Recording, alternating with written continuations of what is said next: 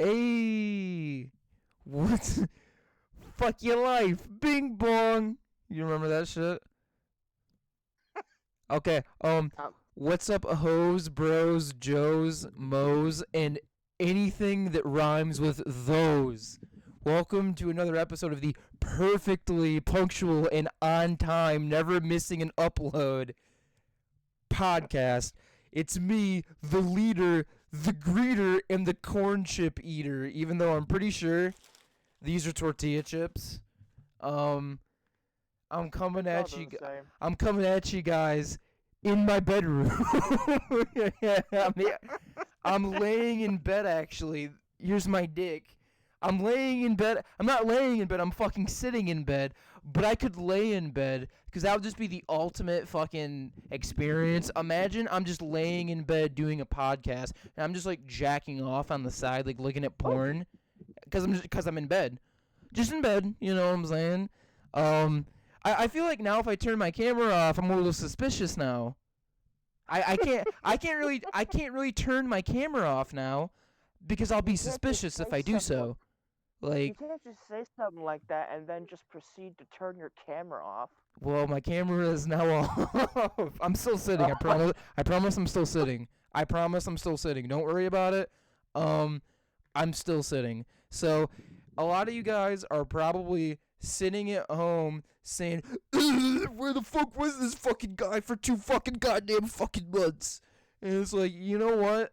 I don't know about my friend, but I can tell you where the fuck I was. Basically, right? Um, I just got so fucking tired of getting fucked over by that college. I'm not gonna slander them because they could find this video. But it was just a very negative experience. So I decided that I was gonna live the last 2 months of college at home. And pretty much when I was doing that, I was kind of hanging out with the family, and I just wasn't really in the mood, in the headset, I guess, to do this. The internet was kind of bad. There's like 7 people in that house. I have a lot of siblings. They always have their friends over. I kind of was just occupied by other things, you know. Um, that's where I was. That really is not gonna happen again. I'm not at my family house now. I'm somewhere else. So I'm aware that we've been gone for about 2 months, and I apologize for that. Um, but that's where I was. I don't know where he was, but that's where I was. Um, Well, I, where I've been for 2 months, if you people care at all. I've been sorting out personal shit, and funnily enough, this was one of my topics I was going to talk about because I had a list and it was personal squabbles. So first of all, I've been trying to sort out relationship complications because I'm still having issues with that. Uh, I don't really need to explain it further because it's personal, and I really don't know where it's lining up at the moment. So I'm gonna leave that open ended. And right. my dad has colon cancer. I found out like 3 weeks ago, and I've been dealing with that shit. So, Yeah, I and on top, my go excuse ahead. definitely has not been that serious. My excuse has been I was doing college classes. I kind of got into the headspace. I don't know if anyone like knows about this certain headspace where like you hang out with your family or you're sort of like on a vacation.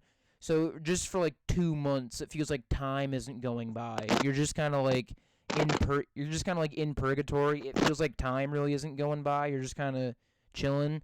That's kind of where I was, and I realized that like the podcast is something that I genuinely love doing, and I got back on here. I finally moved out of my college, and that was a fucking fiasco. Holy shit, let me tell you. This college decided that it would be a really fucking awesome idea to, between last semester and this semester, to change the policies of the room and board to the point where if you now live on campus, it's not a semester long lease, it's now a year long lease. So if you want to move off of campus after one semester, you have to break your lease, which basically means you are leaving the college entirely and then re enrolling.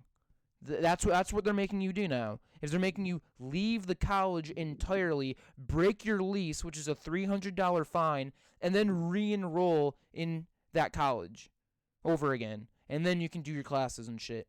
All because they thought it'd be a really fucking good idea to change the policy between last year and this year to make it a year-long lease and not fucking tell anybody. Like they didn't tell anybody, to my knowledge. I didn't find it on their website. The website is a fucking mess, I think. The website's a fucking mess. I don't think the website's good at all, personally. I think the website's pretty shitty. They don't really give you any definite answers. I had to fucking call the office to figure out when the deadline of moving out even was. Because I didn't know when the fucking deadline was. I seriously didn't know when the deadline was. You know what I'm saying? So, literally had zero idea where the fucking deadline was. I only knew that because I called, and I didn't see it on the website. I didn't see it like when I was signing up to go to campus, because get this, I had to live on campus because they actually made it so that I couldn't register for classes until I lived on campus. So I had to. So basically what they did is they were making it so that you had to sign up for campus, because you don't have to do that. You can live off campus and do classes online, but they don't tell you that. Like last year when I called the office, they told me that I had to be on campus no matter what. I go on the website and it says that you can fill out a form to get an exemption from living on campus if you're doing online classes. Guess what? Last year I was doing all online classes. Last semester and this semester, I was doing all online classes, and I had to live on campus. So basically what they do is they don't tell you that you don't have to live on campus. They make you fill out the fucking form to live on campus, and they fuck you over by saying, well, now you have to live here for a year, cuck. I am very fucking upset, and I had to deal with that bullshit. That's pretty much right. I was doing all college. I was doing a bunch of different shit. I mean, my classes literally ended last week. And technically one of them didn't. One of them is still going on. But all I have to do is take a test before Friday, and that's it. So it literally ends this week. On Friday is when it ends. And I think that, like, I'm just going to wait until Friday to do it, because I'm going to be honest, like, these tests are really fucking easy, and I don't really like this class at all anyway, so I'm really just trying to pass this motherfucker. I mean, I really don't like this class whatsoever. I'm really not a fan, but I am obviously going to do it. But anyway, yeah, we're back, full force, coming out swinging. Here we go. I know I didn't address where the fuck we were in the last video. That's because that video was supposed to be uploaded way before it actually got uploaded. I kept telling myself I was going to upload it, and I kept fucking, like, procrastinating or just plain old forgetting about it. So that video should have been up a long fucking time ago, but I just put it up, like, 2 days ago, right? Like, on Monday. I just put it the fuck up. And so if a lot of people were wondering if we're just kind of glossing over where the fuck we were, we're not. That's just an older video. That was recorded, I think, in fucking October. It might have been before that, but I think that was recorded in fucking October. So it should have been posted a long, long time ago, and obviously it wasn't. And that's completely my bad. But that's pretty much where I'm at right now. So we got that out of the way. I just feel like we need to be transparent and just let you guys know what the fuck's going on and all that. And that's really it. This episode is going to be kind of experimental a little bit, because obviously I'm not downstairs. I am now upstairs, because there's no reason to do it downstairs if I can do it upstairs, and so far it looks like it's working perfectly fine. And now that I said that, it's going to work like shit and not fucking work at all. But there's no reason to do it downstairs if I can do it upstairs. So I'm just doing it here. I'm just doing it in my bedroom, actually, where I sleep. I sleep here. So with all that out of the way, we're going to get into, like, the podcast version of this podcast and not the excuses for 10 minutes.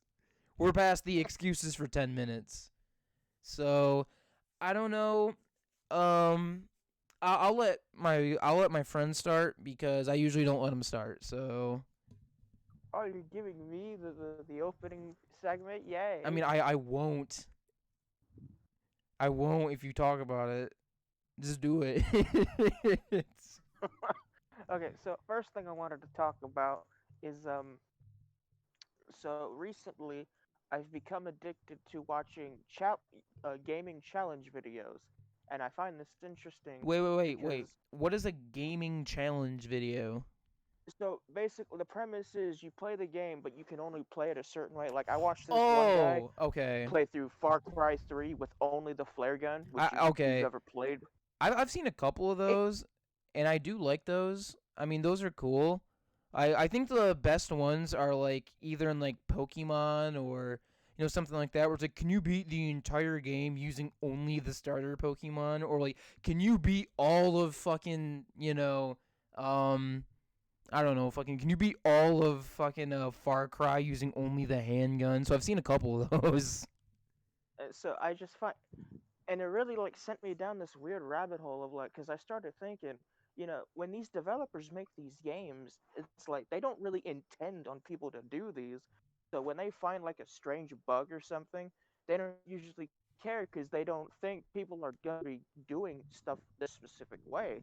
And that Yeah. kind of segues into what I wanted to talk about with I know I've been talking about it a lot recently, but I there's just something about classic Doom that gets me, and I think it's because of the way it's coded.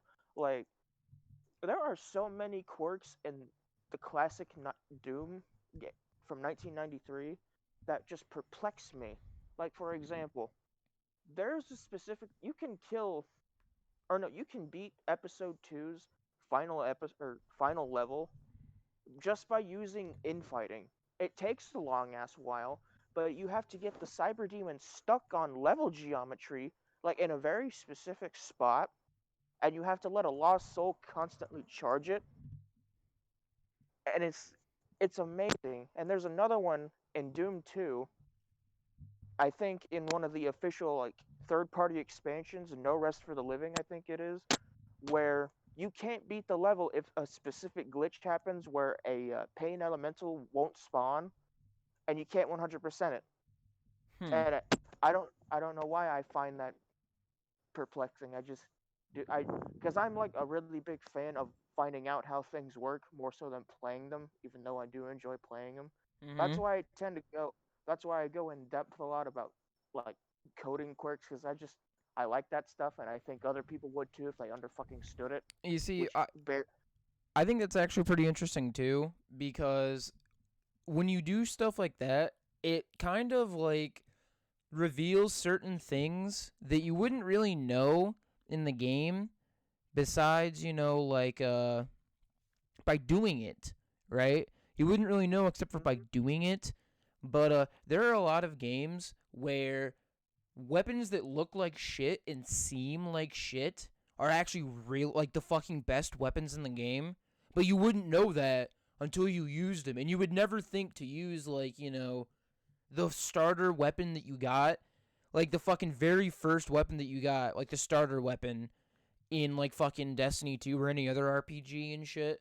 But then you discover that like some of them are really fucking good, and I've noticed that quite a lot. And a lot of people do that too. Like a lot of video games will do that. Like you'll find like a really hard boss and his weakness is like the first weapon you got for whatever fucking reason. So, it's actually pretty interesting to think of those guides where it's like, can you beat this game doing only this or using only this? Because by doing that, there's a very high likelihood that you could just fucking find like the best weapon in the game just by doing that shit. And you would never even fucking know it was the best weapon because it looks like a piece of shit. right. Like oh god, what is it? Oh fuck. I know you've never played Saints Row before, but there's a specific weapon in that game that is like god tier, and it's the dubstep gun. Thing is, specific version of it you can upgrade it to that plays death metal. Holy You can hell. What the fuck? Dude, it sounded like something was exploding on your end.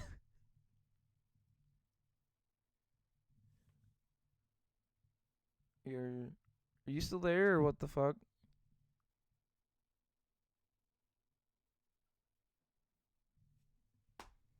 Yeah, of course. Dude. What the fuck?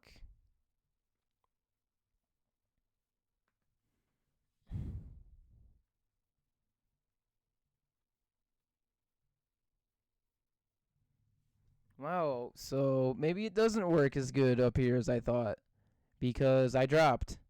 Oh, I didn't even drop. He fucking dropped. Okay. Yo, Can, can we not go 5 minutes without something going wrong? dude, personally, I don't even think that was me. Oh, Like, I'm not even sure that was me. I think that might have been you because yeah, cause like, I still stayed in here. I didn't drop out. I think you were the one that dropped out. But yeah, like anyway, you start. I was I was talking about something and then I didn't hear any response. I'm like, did I just cut out again? yeah, I think you did. But yeah. But like you were talking about, I think it really is interesting to find things like that because like I said, you would never know unless you fucking did it. And here's another one. I've been playing a lot of Postal 2 recently, and Yeah. there's a weapon in there that you wouldn't really think does things, but it can cause absolute chaos in the right hands, and that's the gasoline tank. So what you do is you basically pour gasoline down, and you can use the match to light it. Now that on its own doesn't seem very, spectacular. Like, oh, you can draw a dick in gasoline and light it on fire. Thing is, with how the engine that powers Postal 2, Unreal 2.5, the physics are jank as fuck. Yeah. And what is when someone catches on fire, it's instant. It doesn't take time like in Far Cry. No, it's instant. So if an NPC walks into another one while on fire, that NPC catches on fire. Yeah. And if they start running around into a crowd of people, every single one of them gets set ablaze. Honestly, And I actually, that's how most of those older games worked. Honestly, that's how most of those older games worked. Is you could just start fire, and if someone stepped into it and then hit anything else, that would immediately get caught on fire. That's just how a lot of those older games worked, where anything fire was just too good. and I actually used that to my advantage because I started a new game and I downloaded a mod from the Steam Workshop, and it was a health bar mod. And because okay, so on Monday, the first I guess mission technically, Mm-hmm. uh, you have to go to this the Running with Scissors headquarters, which yes, the developers put themselves in the game. That's not the point. Point is, there's a bunch of protesters out at the front door protesting about violent video games. Now, what I usually do is I kicked a grenade and killed them all, and then I laced the ground with gasoline because in Postal 2, the cutscenes play in real time. So Oh, anything it's you one of do, those games where, yeah, the yeah, okay, cutscenes render in real time. So what I did was I set the ground on fire, speed ran to the office to get the paycheck, which is one of the errands you have to do. yep, so and after you do that, a cutscene plays where there's other protesters that come in and try to raid the headquarters. okay, So what had happened was the scripted NPCs walked through the fire, but they didn't care because it was scripted. But when I gained control as the player again, I walked outside and everybody died yeah, because they were set on fire and yeah, they ran into everybody else. And it's right. like, this is like the best thing ever. So, like, okay, so for all of you guys who have played Metal Gear 3, which is probably pretty much everyone, Metal Gear 3, there's this fucking enemy called The End. He's known as like the father of sniping, and there's a boss battle with him. There's actually a way to kill him before you even get there, which is like completely alright. Basically, in his cutscene, if you're Snake and you go to where that fucking fence is, that gate, you can actually see the End in a wheelchair through that gate, and you can either throw a grenade in there or just shoot him through the gate, and he dies. Like, you can either throw the grenade in before the cutscene, and he'll like wheelchair into the room and die by grenade during the cutscene, and he'll just be dead afterwards. Or you can just wait until after the cutscene and just like shoot him in the head, and he just fucking dies. So he's dead. You just can't fucking like he's just dead. I mean, There's also, everyone knows the other way. You can just like wait like for like 30 minutes in game. You can just like set the game down and go like have a meal, and the end literally just dies of old age. So you can just cheese the fuck out of him. Like, you don't actually have to fight the end. You can literally just like sit there. You can just stand at the entrance and just not move, and there'll be a cutscene where Snake finds the end like posted up in a sniping position, and he like touches him, and he's just fucking dead because he just died of old age waiting to fucking snipe you. He just dies. Like, he just dies of old age. Like, he's like a really fucking he's like a really old man, so that's why he's like the father of sniping, because he's really old, he's practiced a lot, and he's like super patient and like sleeps in his sniper position, like just stays there until he gets the fucking kill. But like, I guess you just put him to his limit, he just dies, he just fucking dies of old age. You can just wait, and he just dies like of boredom, dies of old age. Like, I'm fucking done, dude. I love games that do that because it's like, you know, I'm not gonna say Metal Gear is a very serious game. It has serious moments, but it's pretty comical in most scenarios, at least from what I've seen. And I love it when like semi-serious games have like little fun things like that for shits and giggles. 'Cause Right. it's fun. It breaks up the pace, and you can have like a little breather and a little laugh. Yeah, I thought it was fucking funny. But are you there? Yeah, yeah, yeah. Okay, good. Okay, good. Whenever you go silent, it scares me, cause like, I'm pretty sure it's not me, cause my fucking computer says that I constantly have full bars, but every time you drop, my voice connection thing goes all the way down.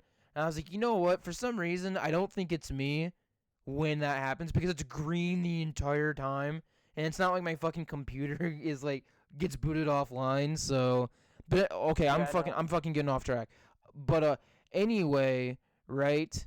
Um, me and my buddy have something to announce. So basically, what we're doing, right, for fun, we're not promising anything besides the writing, like besides it getting written. Me and him are writing a movie, a short film actually. Yeah, a short film. So we thought that it would be a good idea to like make a short film that isn't just a fucking jump scare fest. It's just like a very chilling and weird idea, and that's what we're writing. Um, and I'm not gonna reveal it too early. I just wanted to kind of like announce it is a horror little short. Um, it's about like who can you trust, who can't you trust. It's all about like the dangers, of not knowing, I guess. It's actually pretty good. We think it's pretty good so far. So I just kind of wanted to introduce that, just kind of announce that that's kind of what we're working on. But as for like my first topic, this is something that I'm pretty passionate about and kind of legitimately pisses me the fuck off. Um, I really hate how video games make healers and medics. Like, and what do I mean by that? I really fucking hate how just because you're a medic, you have to have the weakest weapon in the game. That's not how like real life works. Just because you're a medic in the army doesn't mean they take your fucking weapons away. That's not how it works. That's never how it works. Like, that's not what happens. They don't just take your fucking weapons away or say, because you're a medic, you get a handgun. No, that's not how it fucking works. Overwatch, I'm looking at you primarily, but there's a couple other ones I want to talk about here too. Overwatch, why the fuck is it that, like, Mercy, for example, gets, like, a shitty fucking weapon, and most of her abilities are to run away? What, like, healers are the number one target if people are playing the game right. Don't you think it's a little unfair that the number one target also has the littlest amount of health and the weakest fucking weapon? Something doesn't seem right there. That's fucking stupid. That doesn't make any sense. At least give them a okay weapon so they can defend themselves. Because the fact that you are a healer and you have to rely on your team primarily to keep you alive, because if you just fucking take a break and fight other people, right, you're not healing. So, like, That's fucking stupid. I hate that. Another fucking thing that I want to talk about is Battlefield. Battlefield actually does a pretty good job of this. I just want to say Battlefield is pretty good, but again, that's like Battlefield's supposed to be realistic on like in war. That's not how that works. Just because you're a medic doesn't mean you have different guns than everybody else. That's wrong and that's not how that works. Like that's fucking stupid and it doesn't make any sense. The last one I wanted to talk about is, for example, like the fucking medic in Team Fortress 2, because I have played that game a little bit. I really fucking hang on. no. Shut Hang shut the fuck up for a second. The fact that like he primarily has a melee weapon, that's fucking stupid. That's really fucking retarded. That doesn't make any fucking sense. Like, I'm aware that the medic in Team Fortress 2 heals to such a retarded degree that pretty much if you're pocketing a heavy, they will never die. It is impossible. I'm aware of that, but the fact that the medic himself is pretty much shit as fuck for any kind of damage because you literally have to melee, that's all you can do, that's stupid. That's really fucking stupid. Like, just don't give him a weapon at that point. Just don't give him a weapon. That doesn't make any fucking sense. Because in a game like that, how many times are you going to be able to get so far like into enemies that you're able to melee them? Never? Yeah. I mean, no. Okay, if we're talking about good players, Spy is a throw. If we're talking about good players, Spy is a throw. A straight throw. You do realize who you're talking to, right? I know, but like you know that Spy is a throw. You're actually wrong on the medic, but I'll Dude, as far the last time that I played the game, all I was aware of is they had that stupid fucking bone saw. I was not aware they had any fucking gun. Last time I played the game, I don't know if I just fucking missed it, but yeah, his primary is the syringe gun. Like, yeah, it's not exactly great because it's overshadowed by the Crusader's crossbow, which not only can heal enemies, but it also scales in damage the farther the projectile travels. So if you get a random crit, you can one-shot pretty much any class at a sniper's distance. That's pretty fucking stupid, but like that kind of just addresses my point. But with melee, when the point you brought up about when are you actually gonna get up and close and personal, pretty much every game you play. Dude, here's the thing, right? Okay, here's the thing. When the fuck? Okay, when the fuck are you gonna be playing a game, right? Where you can get close enough to melee, but you're never gonna be able to do it. Do you realize that like Demo Man, the rocket launcher, and like fucking the shotgun guy all exist? They're going to one-shot you in that range. Cause it is a one-shot every time in that range. So that doesn't. No. The shotgun is, and the rocket launcher is. Demo Man is not, but I'm just saying that two of them are. Okay, so here's the thing. Demo Man's grenades do roughly about 75 damage if you're doing like just splash, but they will do 100 damage if you hit constant direct hits, and the soldier does somewhere around 70, like 75 to 90. Dude, that fucking shotgun, if you headshot with it, is a fucking instant kill for like half the cast. Yeah, there is no headshots with unless you're playing sniper or ambassador spy. There is no headshots, which I think was a deliberate design decision. I think you just got fucked. Dude, basically. I don't know. Okay, so I was playing like not the fucking like original. I was playing like the fucking revamped like Halloween version in like fucking 2000 something, right? And I absolutely got fucking headshotted by that shotgun like multiple times, and it was absolutely one hit. It was not at all two hits ever. And the only reason why I knew that is because somebody was camping around a corner, and they were killing me with one shot every single time with that stupid fucking shotgun every time. If I had to guess, you were playing on a 100% crit server, which pretty much guarantees one-hit kills because of how fucking stupidly retarded the crit damage numbers are. Dude, I literally made that mistake too. I maybe, but like, I if that was true, I didn't fucking see that. I just logged into like a random server that had people on it, and I had no fucking idea it was that. But if it's not a one-shot headshot, like that fucking shotgun, because the rocket launcher was killing me in one shot. Demo Man was not, but he was getting like half every fucking time. But like, I was getting one-shotted by multiple fucking things, and that's absolutely like stupid and fucking dumb, right? If that's not how the regular game is, I can kind of like forgive it. To be honest, I can Yeah, kind of that's not forgive at it, all. but Yeah, that's not at all how the regular game works. Because, like I said, Demo Man's grenades or pills, as we call them, they they'll do 100 damage on direct hit, but like splash does around 75 to 80. mhm. So like, so Demo Man getting like half health off of you is normal, especially if you're playing Soldier who has 200 health to boot. But Soldier does roughly the same amount of damage I don't know, pretty man. much any gun that isn't a pistol or a submachine gun. I was about to say, I don't know. Maybe I was playing on a stupid fucking 100% career, some shit like that. But like that shotgun and the stupid It fucking could also rockets be. were just obliterating me. There's also this dumbass game mode called times 10 where weapon stats are multiplied by 10 times, and some of the guns in that game mode are just stupidly So overpowered. I Like, was doing the Halloween mode, like where like everything was like Halloween like fucking change, and you were like doing like the payload thing, and that's where I was getting destroyed so many times. So that I, might be a part of it. I have no I fucking think it idea, is. but I've never actually played Halloween mode because I think it's a little bit ridiculous. But you see, I that's really didn't care. It was the one where you could do like the fucking summons. You could just like summon shit.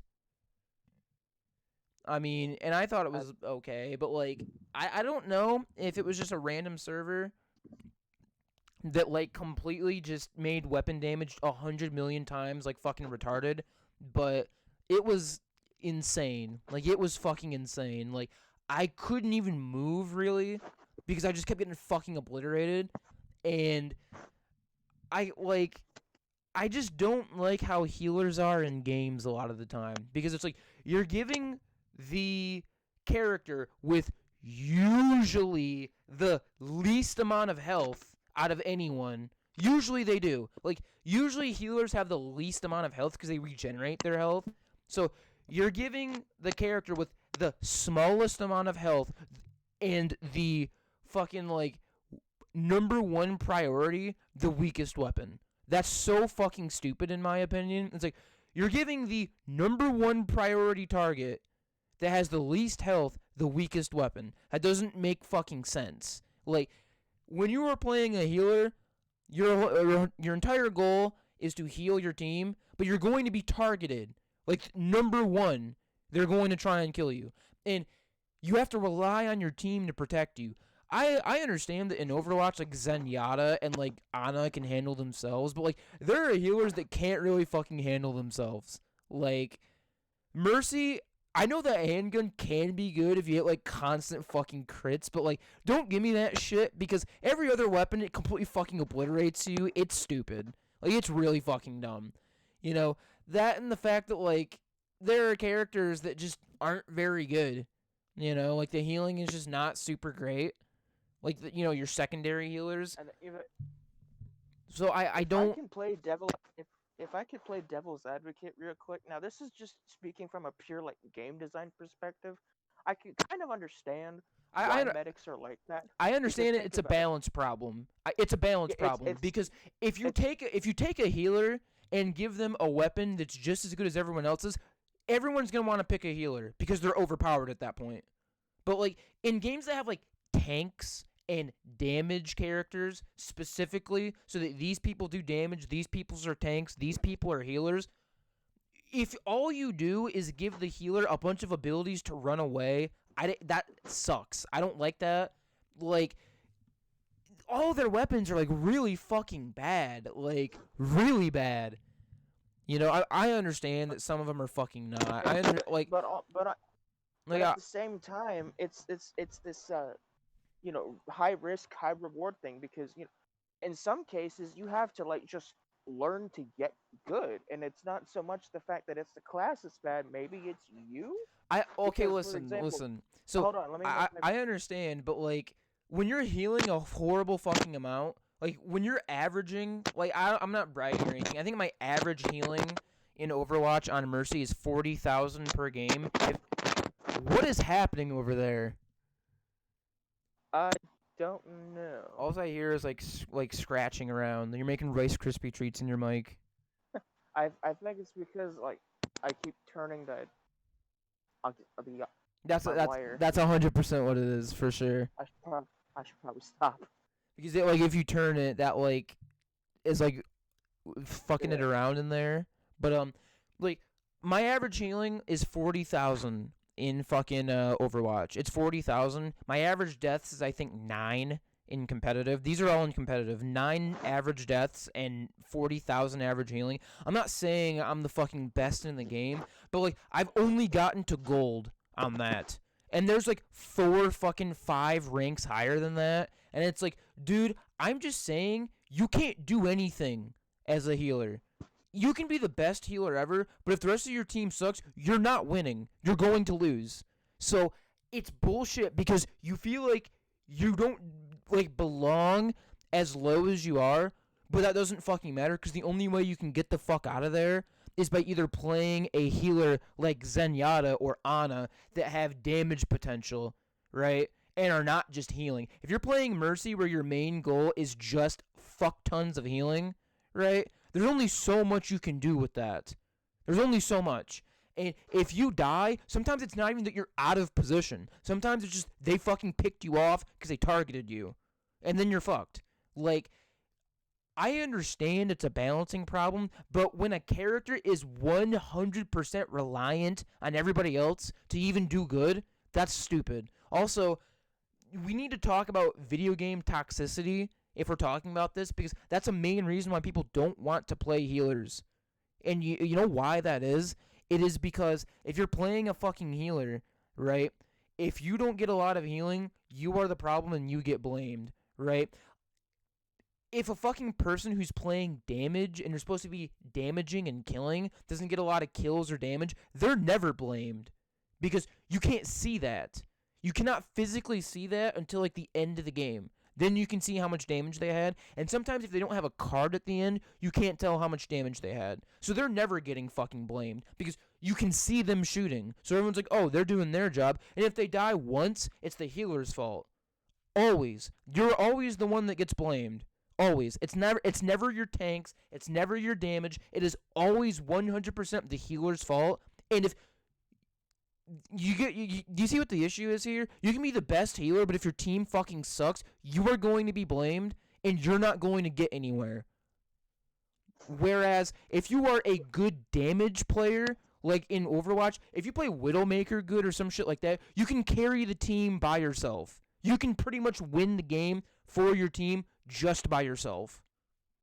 That's fucking stupid. That is so stupid. I'll be real with you. I never really had like this is purely anecdotal, but I've never. I moved the thing again. My bad. I've never really had that much of an issue like that in Team Fortress 2. Like I'm terrible at medic. The only thing I can do correctly is heal people and pop Ubers and like very heavily guarded choke points. Mm-hmm. But I've never really been blamed for not doing my job because most of the time if there's not some douchebag that thinks they're better than everybody else because they paid for a lot of like expensive shit out of their mommy's credit card, Listen, like I understand that. I don't mean to cut you off, but like Team Fortress 2 is basically I'm not trying to insult it. It's basically a fucking sandbox game right now. It's basically a sandbox where you can just do whatever the fuck you want. Whereas Overwatch is a lot more organized and they have like a competitive game mode where you're trying to climb the ranks. That and the fact that with Overwatch, you get like money for being in like top 500 for like being good. All right? Like it's very important to be good and to get up there. So I understand what you're saying, but you also have to realize that Team Fortress 2 is a game with 20 or less characters, and I'm pretty sure Overwatch has over 40 characters now. So there's a lot more balancing and shit in Overwatch to the point where you can learn how to counter things, but good luck countering 40 fucking players, like 40 cast members, and knowing how to do that. And like I said, there are literally fucking like characters in the game of Overwatch where their whole fucking like point is to kill the healers. Symmetra is one of them. So is Tracer. So is Widowmaker. They're Hanzo, McCree. They're fucking enemies that are specifically designed to kill healers. I understand what you're saying, but like it almost is sort of irrelevant because Overwatch is just a different game. And Overwatch is way more complicated in terms of like I like Team Fortress 2. I don't think either one of them is better than the other. I'm just saying it's a very very different sort of environment because if you're playing Team Fortress 2, right? Like I said, I feel like it's kind of a sandbox game where you don't even have to play seriously if you don't want to. Whereas Overwatch, if you're playing competitive, you are supposed to be competitive, and that's where I think the issue is that healers in video games are 100% reliant on their team being good. Like, I understand that you can be a really good healer and you can do a lot of damage if you're playing a damage hero. But if you're playing a character where their main goal is to get a fuck ton of health and not do damage, right? Then you are relying on your team 100%. Whereas if you are playing a Widowmaker, a Tracer, a fucking McCree, anything like that, you can carry the fucking game on your back. Go look at some Wanted clips. Go look at some fucking Zerg clips that play Overwatch. It is fucking insane how you can carry the whole fucking team if you're good enough. That's the whole point of Overwatch, is that you're not supposed to be able to do that. It is a 6-player fucking game, and the whole point is it is a arcade fucking group shooter like League of Legends or anything like that, right? Dota, anything like that. That is what Overwatch is supposed to be. You are not supposed to be able to do that, but you can. You absolutely fucking can. If you are a good damage player or a good tank, you can carry the entire team. I'm aware you can do that as a healer, but it's really fucking rare, and you can only do it as some specific healers. Others, you cannot do it. There's no fucking way you can do it. Like, I'm sorry, but like, it's a way fucking harder. It is possible, but it's really hard. Like, you can carry a game as Zenyatta or Ana way easier than you can carry a game as like a fucking Mercy or some shit like that. Like, I'm aware that Brig was really strong too. She still fucking is really strong. Like, that's kind of my point though, right? That is kind of my point, is that too many healers in video games, not even just fucking like Overwatch, too many healers in video games are 100% reliant on your team doing good. And if they're not doing good, you're not doing good. It doesn't matter if you have the best fucking healing like ever. If they're not doing good, you're not going to do good because you're not going to kill anything. You're not going to get anywhere. And I don't like that. I understand that there are games that are very contrarian. They're very contrarian to this. Like, healers are the most powerful in the game. And one of the main things that comes up that I think about is Warframe. If you are playing Oberon, fucking Trinity, anything like that, you are single-handedly the most powerful thing in the entire game. You don't even have to shoot your fucking gun once. You are still the most valuable person in the entire game. If you're playing fucking Trinity, Harrow, Oberon, anything like that. Hildren, you're the most powerful and most valuable asset in the entire game. But there are a lot of fucking games where that's not the case, and that's bullshit, because we need a middle ground, right? Most games, I feel like, the healer gets fucked in the ass. They get blamed for everything, and they can only do good if their fucking team is doing good. Like, that's just my fucking opinion on this. I just wanted to bring, because since you mentioned it, like I haven't really played much of Overwatch. Like, it just really isn't for me. Like, I feel like the classes it had at launch was like too much. But like, I think you said it had something like 40 heroes, right, or classes, whatever you want Dude, to call them. it has a lot. I don't know if it's up to 40, but it has a fucking lot. Maybe it's just the minimalist coming out. My throat is fucking up. Maybe it's just the minimalist in me, or maybe I just played too many arena shooters.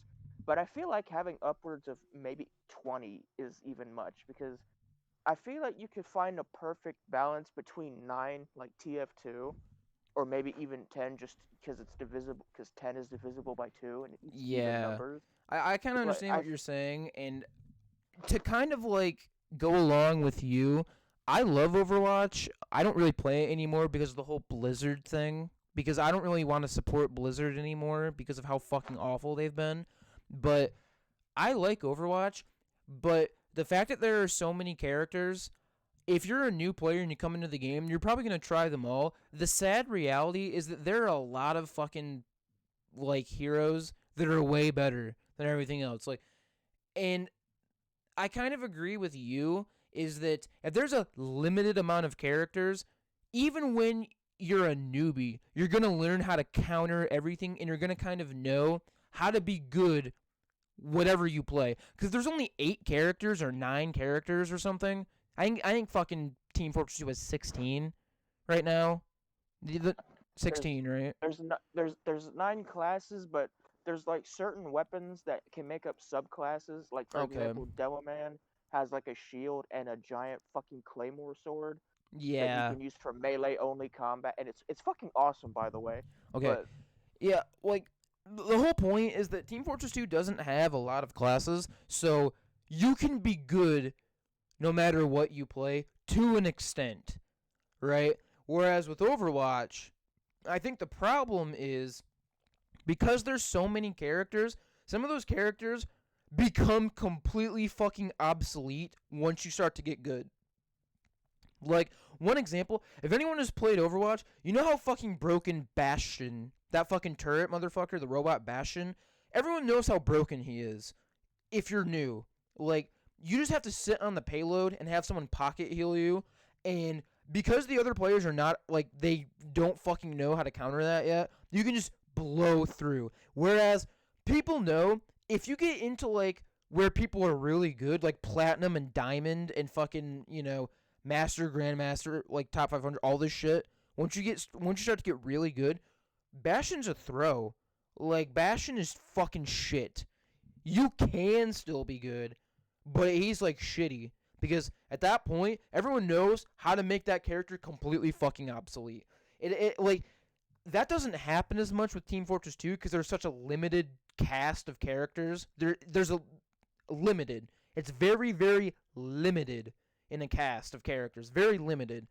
But you can see it with fucking Spy. Spy's a throw if you're playing against good players. It doesn't work. It's a complete fucking throw if you're playing against good players. It doesn't work. You get fucked. You're literally just not doing anything. You're throwing. Like, but at the same time, in Overwatch, it is completely possible, right? Because they want you to go 2-2-2, 2 tanks, 2 damage, 2 support. That both of your teams can be made up of completely different fucking characters, and it's possible that some of the characters that they picked are better than the ones that you picked, right? You can change your character in the middle of the game, but my whole point is there's such a variety that some characters might be objectively better and you have to play them. Like, for example, Reinhardt is kind of objectively better than Orisa according to a lot of players that prefer a Reinhardt. And, like, Sigma is, like, objectively better than Reinhardt because people like the fucking shield on Sigma, how you can relocate it, and they like the damage output on Sigma. So it kind of makes certain characters completely obsolete because the other character is objectively better. Even if you're really, really good at that character, you start to think, why am I playing this character when that one is better? So if I get as good as I am on this character, on that one, I'll be better just because the character's better. Whereas with Team Fortress 2, because there's a limited variety, it is impossible, because there's only 9, it is impossible to not have an overlap of characters. Like, you know what I'm saying? I'll even add to your points. Like the first one being, for example, when you overbloat a game with characters, some become just obsolete. Like for That's example, that's my point. Yeah, is that like if some if characters become Valve completely obsolete. if Valve went the direction of Blizzard, like say okay, so Scout runs fast and can double jump. All right, don't need to change him. Perfect the way he is. He can counter sniper by juking him and messing up his aim. Okay, so but if Valve went Blizzard's route, they would have added like maybe 2 more characters that could double jump and run fast, but be 2 separate characters, and it overbloats the game. Yeah, Like yeah, but when you have this character that can do both of those things and pretty good, and he's pretty decent at his job, I mean, Yeah. Scout as a whole is a flanking character, so Well, it makes sense that he has the leg up on a sniper. it's really interesting that you mentioned that because like you said, it makes some characters completely obsolete. Like let's talk for a second. Blizzard tries to make every single character in Overwatch balanced so that they all are equal, but anyone who's played the game knows that's not fucking true and how some characters are just better than other ones. Like for example, right? If we're talking about characters that have a lot of mobility and shit, you might think about how Farah can fly. That's her goal. That's her point, is that she can fucking fly. And Genji can double jump and climb walls and shit and move very fast and deflect damage and shit. And it's objectively, I know it depends on who the other team is playing. Obviously, if they're playing a counter to Genji, you might want to play fucking Farah or something. But if we're just talking about normally, in some situations, one of them is completely obsolete, and I understand what Blizzard is trying to do. They're trying to make it so that if Genji is obsolete, you'll play Pharah. But there are times where Overwatch fucks up, and both of those characters are countered. You can't play either one of them because they're both countered, directly countered. You know what I'm saying? They're both countered. Mm-hmm. For example, you can counter both Genji and Pharah with fucking Sombra.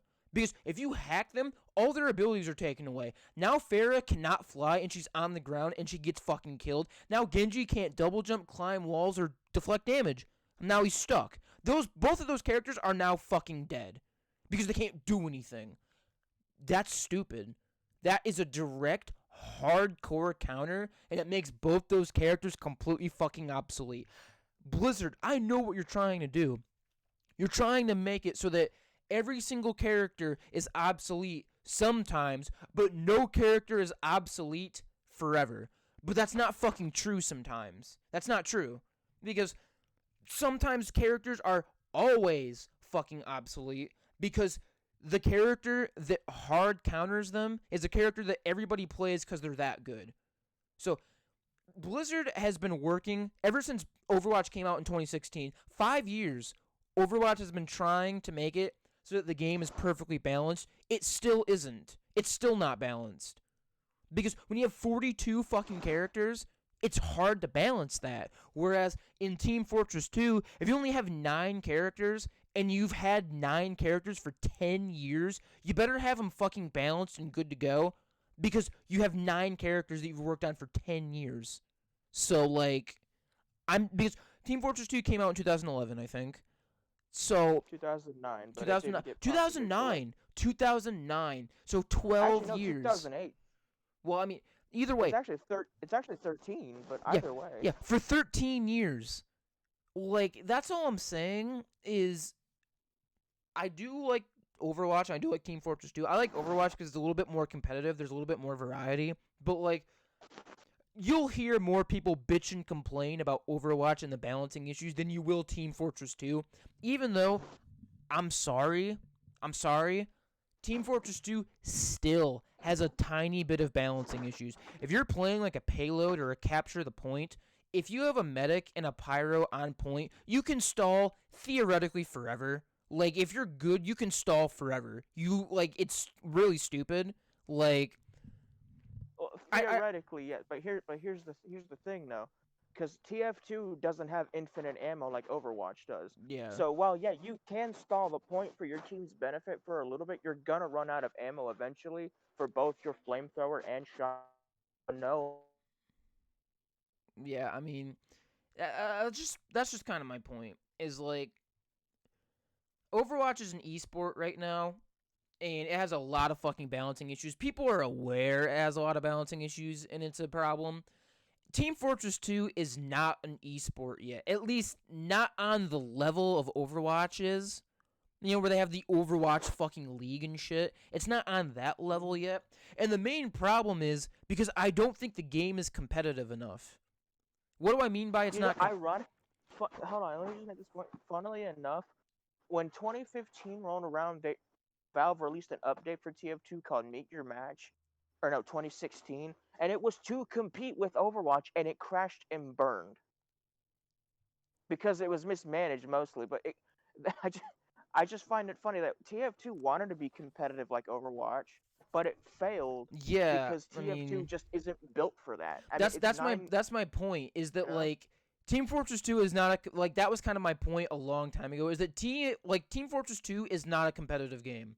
It like it isn't. People might want it to be. It's not a competitive game. That's why it doesn't really suffer the same issues as Overwatch, but there still are a couple of issues. Like I said, if you play Team Fortress 2 a lot, I don't really, but if you do, there are some glaring issues like right off the bat of how some certain characters just kind of fucking are like really retardedly overpowered. Like I understand that theoretically you have counters to them, but like for example, right? The fucking crossbow that literally does more damage the farther it shoots, and the sniper and shit, where it's like if you don't have another sniper or fucking like long range thing, you're not winning. You're not because that's too oh no, and fucking that's strong. it's funny you mention that because Sniper has like the dumbest issue that I fucking hate, and it's quick scoping.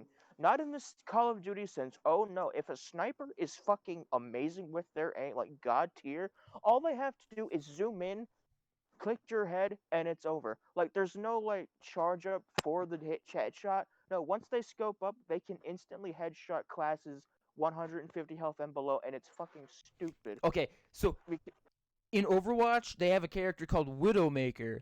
And if you the fact that you I think that you know what I'm about to say because you brought it up when you're talking about the sniper in TF2. You ever notice how Widowmaker it takes a while for her like sniper to charge up to be 100%? Like Mm-hmm. in Overwatch. I like if she didn't have that, that would be fucking insanity. That would be retarded. Because the fact that you have to wait would be bad. If you see characters like Zerg or like Wanted or other fucking characters like that, you know, where they're like the or like Kefri, where like they're the best fucking snipers, like best widowmakers in the game, like top 1, 2, top 3 and shit. And they didn't have to fucking zoom in. You see Kefri and Zerg and shit quick scope a lot. Imagine if they could fucking headshot one time with that and you're dead. That's bullshit. And like quick scoping might be okay in like Call of Duty where you can just do it, but like in a game, an arcade shooter like TF2, I can see how that's really fucking broken. And like I said, there are just certain classes that, in my opinion, still are like really really strong. Like I said, if you're just playing a casual match and you're supposed to be holding a capture point, like defending the point, and you have like a medic and a heavy or a medic and a pyro, you can fucking stall for so long because they can't really do anything. Pyro more so than heavy, actually. Like pyro is stronger than heavy, where I'll agree to that. where the medic is just sitting there healing you, and because you have the AoE weapon of a flamethrower and you're at a fucking capture point, you don't even have to aim. You can just fucking waggle it around and hit every fucking character, right? And if you're smart and using cover and shit and getting healed, they can't even do anything. They just can't even fucking Good. get in your line of So, sight. so I'm glad you mentioned that because that's exactly what I do. And to add to your point, Pyro has an alternate fire that it's a compression blast, and you Yup. can push enemies and projectiles out of the way. And he also has a melee weapon that can increase the amount of health you get, called the Back Scratcher. It's basically a giant fucking gardening rake, and because where like a small health pack will give you 32 HP, the Back Scratcher will give you 52, and which is supposed to give you 100 health to boot, that will get you up to full health because it gives you 200, because it ups it by Hmm. two times. So Okay, yeah, that's so like seriously, think about all those utilities and think about like how fucking broken that would be in a competitive setting. Where like Team Fortress 2, if I'm losing, I don't really care. Real obviously we want to win, but Team Fortress 2 is a game where it's not shy about letting you know that it's kind of a joke. It's cartoony, it's a joke. You're supposed to have fun and not take it too seriously. Like, look at the hats and like the emotes and shit. You can tell you're not really supposed to take it too seriously. That and the fact that there's not really a competitive like ranking. There's no ranks. You just play the Oh no, game. there is, but Is no, there? there is competitive in casual ranks, but nobody plays competitive because of how garbage it is.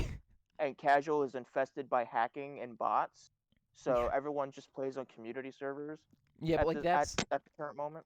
that like all I'm saying is like seriously think about how Pyro could be broken in a competitive setting. They can push enemies away. They can get more fucking health and shit. Like, dude, it's just really fucking stupid when you think about that because, like, in Overwatch, a character would have one of those abilities, and they have like fucking three of them. It's just kind of broken. Like, Did I that's mention? that's what I Did I meant. mention? You Did go I on. mention the flamethrower can also deflect projectiles? Yeah, So like yeah.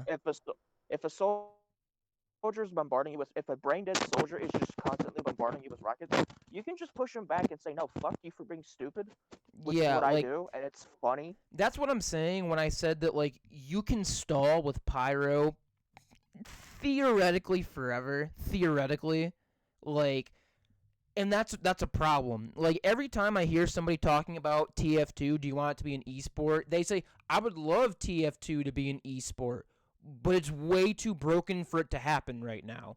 Because like I said, Spy is too fucking weak. If you're playing against a good player, you're going to know every single time and you're going to be fucking dead.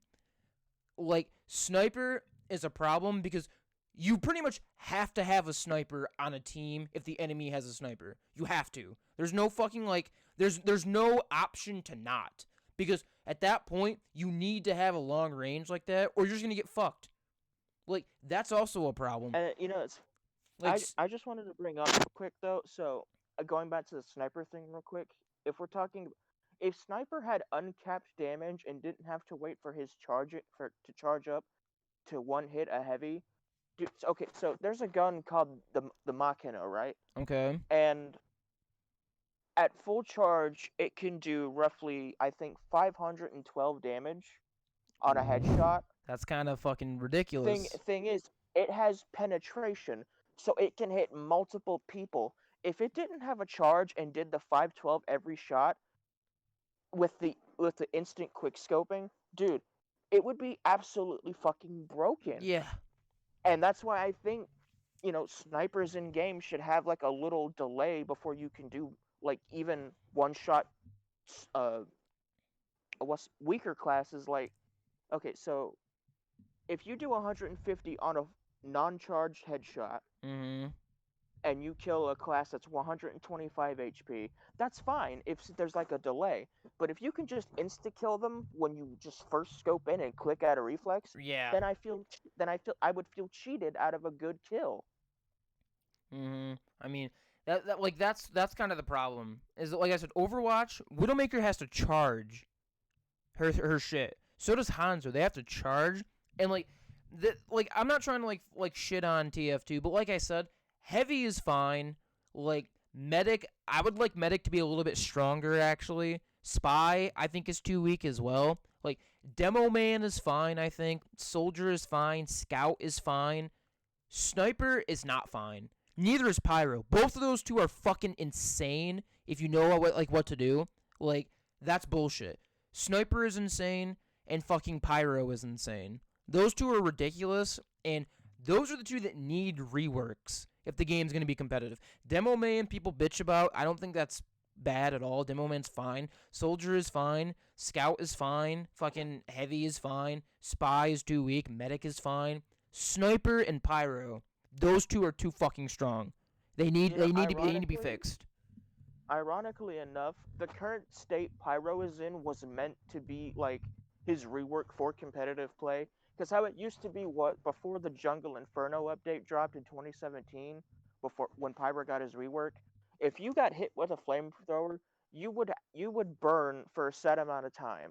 But Yeah, now, if yeah. you get burnt for like a short time, you would burn for a short time. But if you were to like continuously in like the flames, you would burn for significantly longer. Okay, so Thing is, here's the thing, they right? Like Overwatch works the first way. It doesn't matter how long you're in the flames.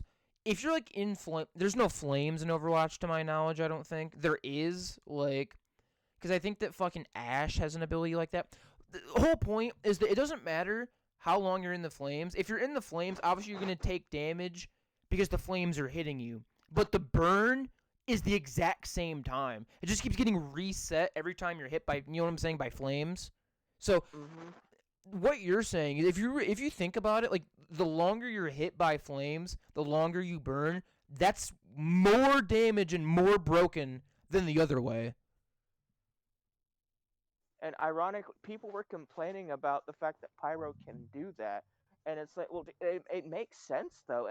I know TF2 is like very like hyper stylized and everything, but it makes some sense. All I'm saying is like if you hit someone with flames, but they're always gonna burn for 5 seconds, and you burn them for 5 seconds, and they burn for 5 seconds. That's fine because it's always gonna equal however long you were hitting them plus 5. If you were hitting them for 10 seconds, now it's 15 seconds. If you're hitting them for 20 seconds, now it's 25 seconds. If I'm understanding what you're saying before, basically what you're saying is it's way fucking more broken. If you hit them for 5 seconds, they burn for 5 seconds. You hit them for 10 seconds, they burn for 7 seconds. If you hit them for 25 seconds, they burn for 10 seconds. That's fucking broken. That's stupid as fuck. That's really, really broken. Yeah, Like that's how it goes now, pretty much. So that just like makes if you hit someone with a flamethrower for like 5 seconds, it'll burn for 7. If you hit them for like 10 seconds, it'll burn for like 15. that's Maybe. so fucking broken though. That's insane. That's fucking crazy. That And dude, that's with the stock. That's with stock damage. boy, do you realize like how fucking like insane that is? Like can you But imagine like how fast you could like kill someone with like 500 health that way? You would only have to hit him for like 10 oh seconds. yeah, Then if they I burn for fucking if you hit him for 5 seconds and they burn for 10 seconds, they could be fucking dead. You don't even have to like I fucking you only have to hit him for 5 seconds and then it does the rest of the work for you for 10 seconds. That is so so broken. funny story. So because I already said I main Pyro because I like the character. I think he's cute. But so I was which by the way, going really quick, going back to the whole TF2 isn't really competitive. Capture the Flag doesn't even have a time limit. It doesn't even have a What? time limit. Wait, so how Yeah, do you win? You just have to like get the you you have to cap the flag 3 times and just hope to God the enemy team isn't stalling. dude, if there's no time limit, that could just go on for like It has. 2 hours. There's been times before the bots took over casual. There's been times where I just wanted to sit down and play a game, and then people wouldn't do cap the intel and wanted to be friendly and shit. Like, dude, just I don't want to do this. I just want to play the fucking game. Like, I'm okay with friendlies, but like this is too much.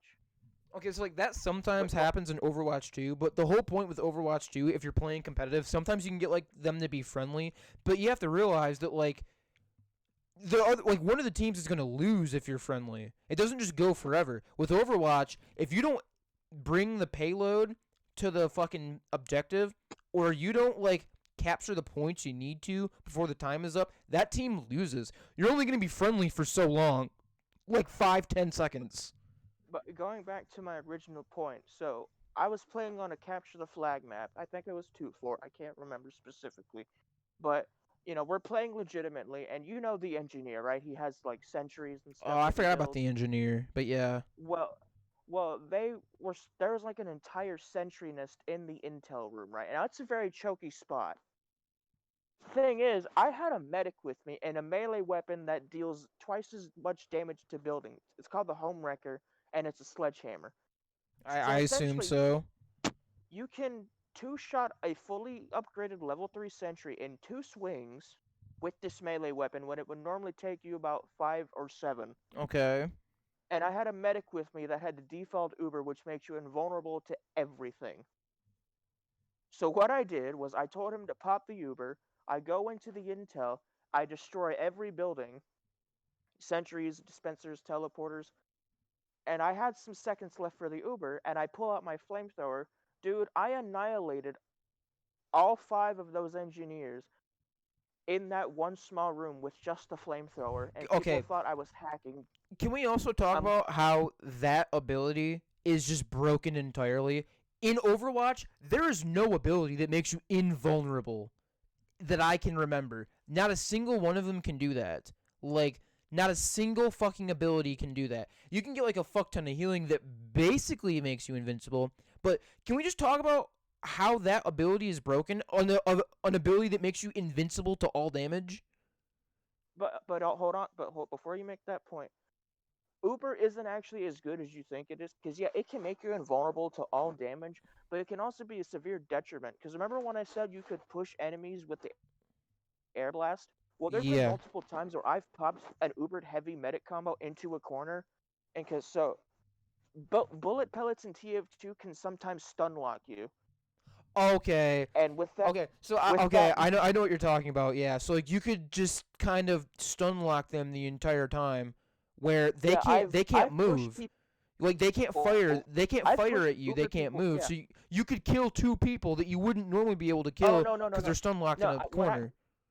When I say stun locked, I mean like I can push people with my pellets into a direction I want them to go. They can still attack. It's not like Overwatch stun locking. I Ah. say it's stun locked. Yeah, I've pushed people. I've pushed Ubered people into corners, and sentry guns will just keep them pinned in the air because they have nowhere else to go. But when the Uber like fades away, they both die Oh, because okay. So you know. they can still shoot you, but they're completely okay. So I kind of understand what you mean because I feel like if it was stun locked entirely, that would make it a bit too broken. But I kind of understand what you're saying. But like that kind of counters it pretty well if I think about it. Because if everybody just shoots the fucking Ubered people at once at all times, you could probably pull that off as well. You would just need a really Yeah, but coordinated the thing team. is though, You just need a really the thing coordinated is team to though, do that. in order to do something like that, you have to have like a high rate of fire weapon like Heavy's minigun. You Yeah. can push people off of buildings just by shooting them. And with the sentry guns fire faster than Heavy's minigun, so that's obviously going to do better. And thing is, you can be, you know what rocket jumping is, right? Yes, that's an Overwatch too. Well, sentries can also do that, but they can do it to the enemy team. So if they shoot a rocket at you and you go flying back into a corner, it's over. I've Okay. seen it happen. Okay. So I kind of understand what you're saying. That like there is, I guess there's more like countering than I thought there was at first. There's a lot of counters. It seems like if you know how to play the game, you can counter things pretty Yeah, easily. that's also of why having such a select number of classes is very beneficial. So that way, like nothing can. Like, obviously, you need hard counters to remind you that you're not the Doom I Slayer, was basically. you But need hard counters because if you don't have hard counters, that means that a character is too strong. So I just realized if every character is insanely strong, but they can all be hard countered really easily, then no one's really good.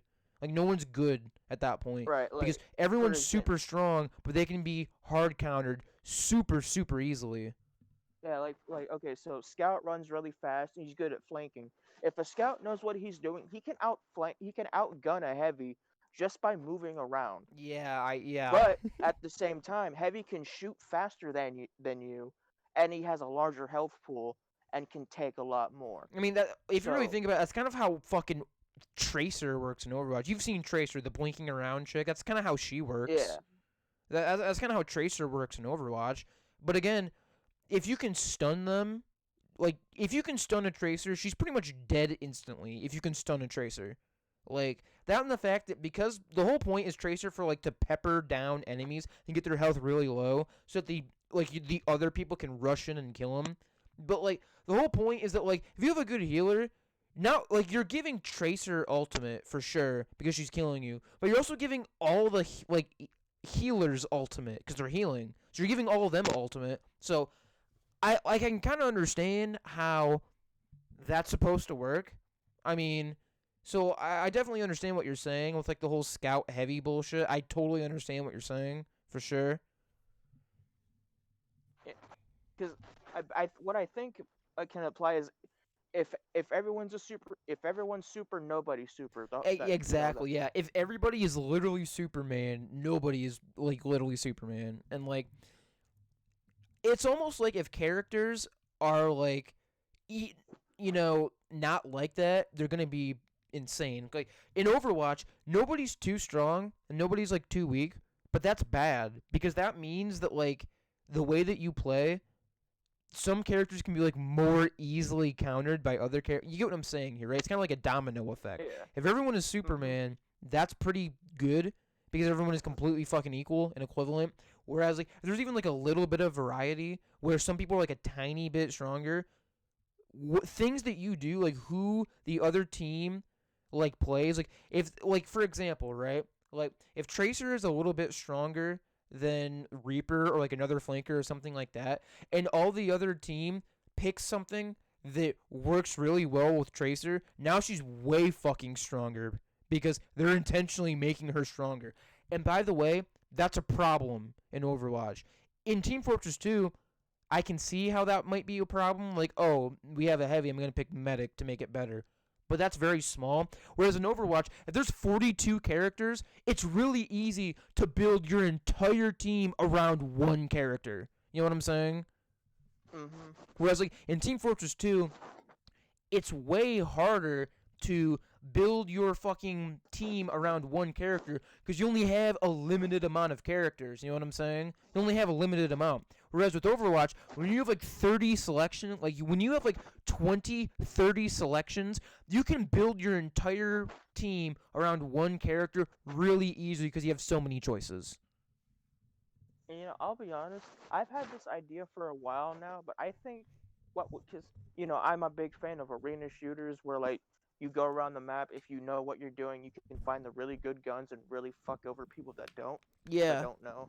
What I think like, okay, so it's basically like an arena shooter, but you have like such a large health pool, but the damage you deal is also ridiculous. Like for example, if you have a health pool of 300 for every character you pick, but the damage scales from 18 to like 180, then Yeah. yeah, like something like I can understand.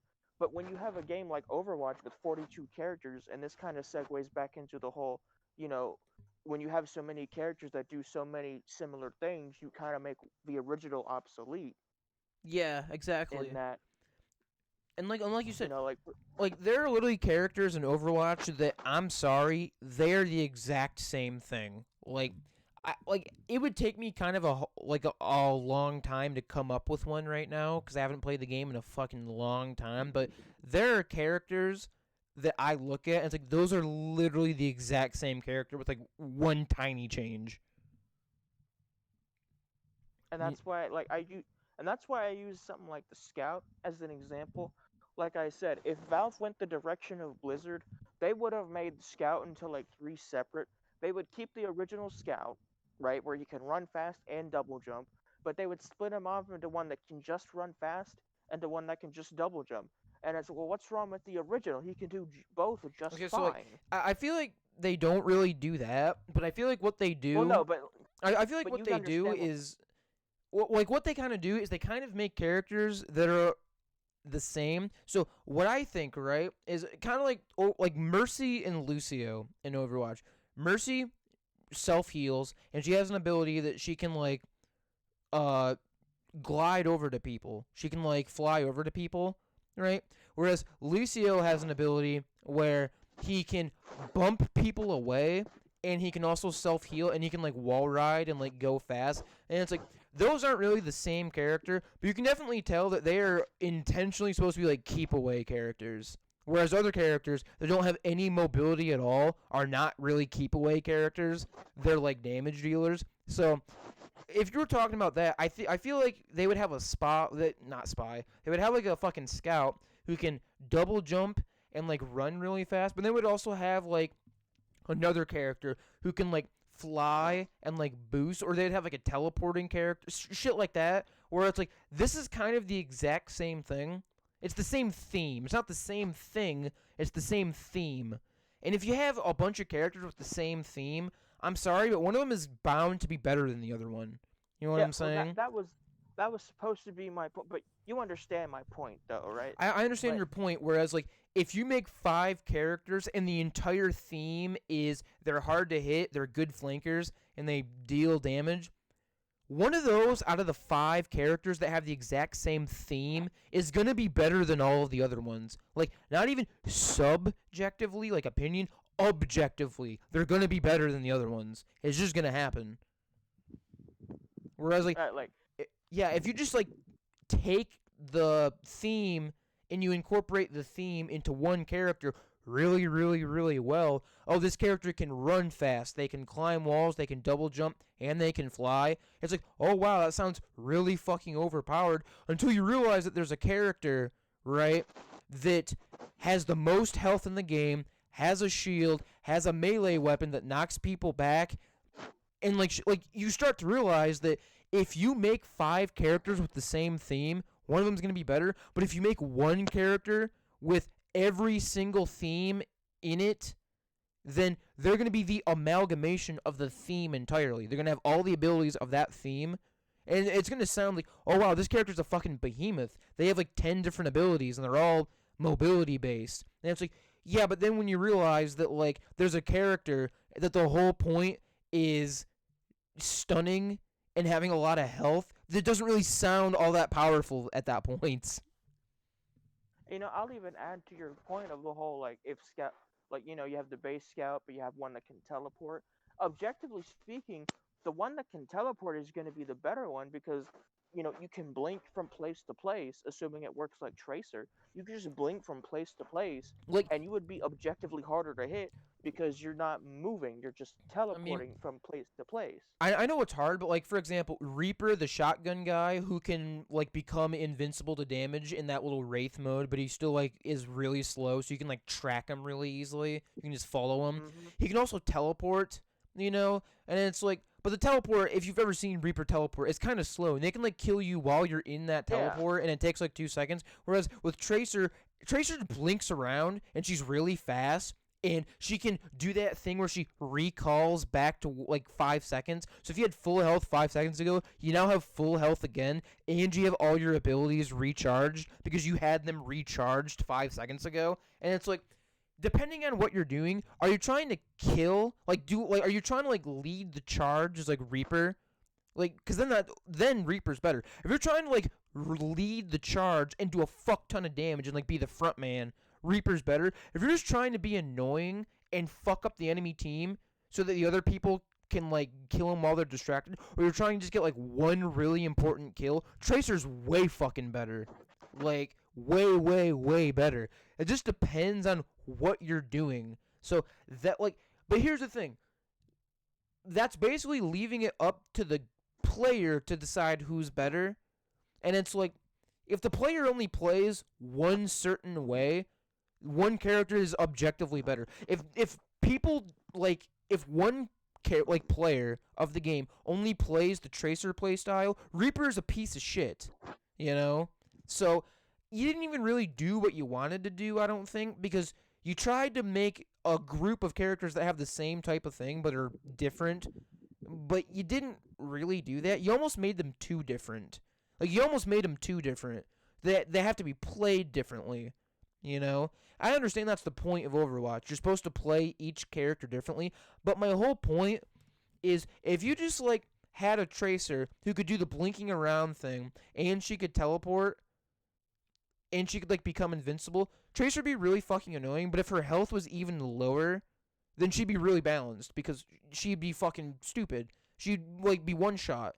Because she has so many ways to get away, be invincible, get health back. She wouldn't have, like, 120. She'd have, like, fucking, like, 50 health, 75 health. She'd be way fucking lower. Way, way, way lower. And that's kind of my point, is that instead of, like, saying, well, this character, we don't want to incorporate too many of our ideas into it, let's just incorporate it into another character, just put it all into one character and stick with that theme. Like, I know that a fucking Tracer that can blink around really fast, teleport, recall, and enter Wraith mode, all 4 of those abilities, sounds in-fucking sane if you're managing them all correctly. But, like, those have cooldowns. 1, make her health really low. 2, make the cooldown longer. You've now made a character that seems overpowered, but you have to have skill in order to make her overpowered, right? Kind of like, in Team Fortress 2, if Scout had like way more fucking abilities, you can just balance it really, really easily. Like, and then your whole It's fucking funny you mentioned that. like your whole theme is just in one character now. You don't have a bunch of characters. It's just in one character now. You don't even have to put It's all funny. those abilities in. You can just put 2 of the abilities in and say, this is the character we're making. Only one character hard counters. And there you go. Yeah, it's funny. Jeez. And then It's funny you mention that because like I mentioned before, Team Fortress 2 has, they have like the main 9 classes, but they also have what's called subclasses, which are basically weapons that can alter the gameplay style just enough to make it somewhat different from like the stock class you played. Like for example, oh, let me think of a good one. really, We'll go with really, Scout for example. really, really quick. Because I know that people are gonna fucking bring this up. They're gonna say that me saying just make one character who has one playstyle and then make one hardcore counter, they're gonna say, but you're fucking describing the thing that you hated, which is the game determining your entire roster. No, I'm not, because if your roster only has 10 characters, your people playing the game is pretty much already determined. There's only 4 extra characters at that point. Like in Overwatch, it is a problem of the game deciding who you're gonna play, because there's 40 fucking characters.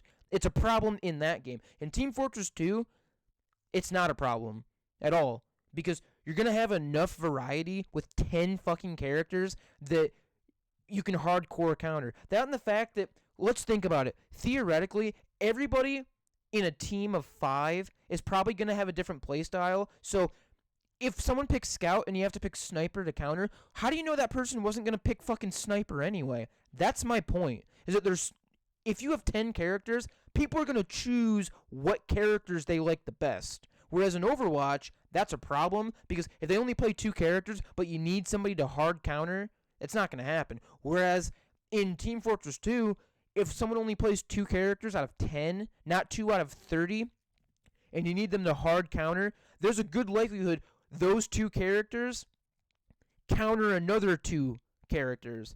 So if either of those 2 on the other team pick those 2 characters, that person can counter that character with a character they already use. You know what I'm saying? Like the odds of playing 2 characters and running into somebody who plays the 2 characters that you hard counter is way more likely in Team Fortress 2 when there's 10 characters than it is in Overwatch where there's 32. If you only play 2 characters in Overwatch, the likelihood that you're going to run into the 2 characters that you hard counter is a fucking way, way, way lower than if you're playing Team Fortress 2 with 2 characters. The likelihood you're going to run into the 2 characters you hard counter. That's the fucking point. Is that less characters is like better. I know that it's not good for like variety's sake. I love Overwatch. I'm not saying that I want them to only have 10 characters in Overwatch. Not what I'm saying. I'm just saying I understand Team Fortress 2, and Team Fortress 2 having 10 characters works for the game. That might not work in Overwatch, but it works for Team Fortress 2. Sometimes you only need 10 characters, and that makes the game balanced. Whereas in Overwatch, every time they add in a new character, nothing is balanced anymore. Remember when Brigitte, the fucking shield girl who has like that little mace thing that like flails around like on a chain? As soon as she was entered, nobody was not playing Brigitte. Everyone was playing Brigitte because she was broken as fuck, not balanced at all, and if you didn't play her, you were completely fucking like done. She's the one who made goats everyone go all tanks and support. She's the one who made that a thing. Was her, like Brig. So having 10 characters and sticking with 10 can be super helpful. Whereas, like, when you add a character, your entire game is now fucked. And you have to change every single character to make them more strong so that they can balance correctly. Or you have to change characters to make them weaker. Right? I mean, I understand that I like all the characters in Overwatch. I do. But I don't think the game is balanced. Even the professional players don't think the game is balanced. Like, Chipsa is a fucking. I think you know who Chipsa is, right? Barely. Well, Chipsa is now a professional Overwatch player. He's in the Overwatch League, and he plays Doomfist a lot. And every time he's playing the game, you know what you're gonna hear him complain about? That Sombra is a character. There's another person who plays. I can't remember his name, but he's a professional and he plays Mei. And you know who he complains about? Sombra, because her hack ability hard counters like half the cast. Maybe more, 75% of the cast. She hard counters 75% of the cast. The game is not balanced. I do not think Overwatch is balanced.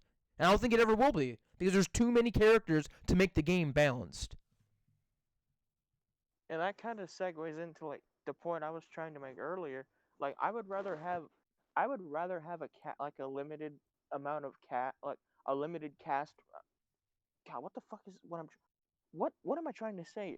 I would rather prefer the cast be like extremely small and have like a bunch of subclasses to play, while not sacrificing the stock class you can play as. Yeah, Because if I the think that's stock class better. worked, I think that's but better. for example, Demo Night. But for example, in Team Fortress 2, you can play as the regular demo man with grenades and sticky bombs, or you could just go Demo Night and charge everyone with a fucking sword. And both are viable because melee is, when it works properly, a fairly good alternative because So no one expects you to can I charge at them. can I sauce you up an example? Oh, pray tell. Okay, so if you know about Overwatch, you know that Hanzo, the bow and arrow character, Hanzo is a character, and Widowmaker are a character. I feel Hmm. like they should do the Team Fortress 2 thing so that it's not a different character really. It like you can just mix and match. So it's like if you're playing Widowmaker, you can just change it so that she has a bow, or you can change her ultimate to be the dragon. Like, and that might have balancing problems, but like then you're not balancing an entire character and a bunch of other characters. You're just balancing abilities at that point. It's funny you mention. I know I say it a lot, but this time it literally is funny you mention that because Sniper does that exact thing. His stock weapon is a sniper, but you can get a bow and arrow as an achievement weapon, and it is god tier. Here's Like the thing. it is. I'm not sure that you should I'm not really sure that you should do abilities. Like you should be able to like I don't really think that you should be able to take Widowmaker and say, you know what, I want Widowmaker's sniper rifle and I want Hanzo's ultimate, because that'd be fucking broken as shit. That'd be broken as fuck. I think that the weapons should be there, right? The weapons, you know, like I think the weapons should change. Maybe not the abilities, but the weapons. You know what I'm saying? In Yeah, Overwatch, like where it's like, yeah, like I said. yeah, where it's like if you want to play Tracer, you can switch out her handguns for Reaper's shotguns. So you're just playing with Reaper's shotguns now, right? You still have your blink ability and you still have like your recall and shit. You just have shotguns now. Like you still have your ultimate. You don't have Reaper's ultimate. You just have his guns. And that alters the gameplay enough that Tracer kind of becomes a different character because she's not really like mid range with her fucking like pistol things. She's now shotgunning you and fucking running away and shit like that. And so now the people who used to counter her don't really counter her anymore. It's different. I think that's what fucking Overwatch should have done. Like, because that way, right?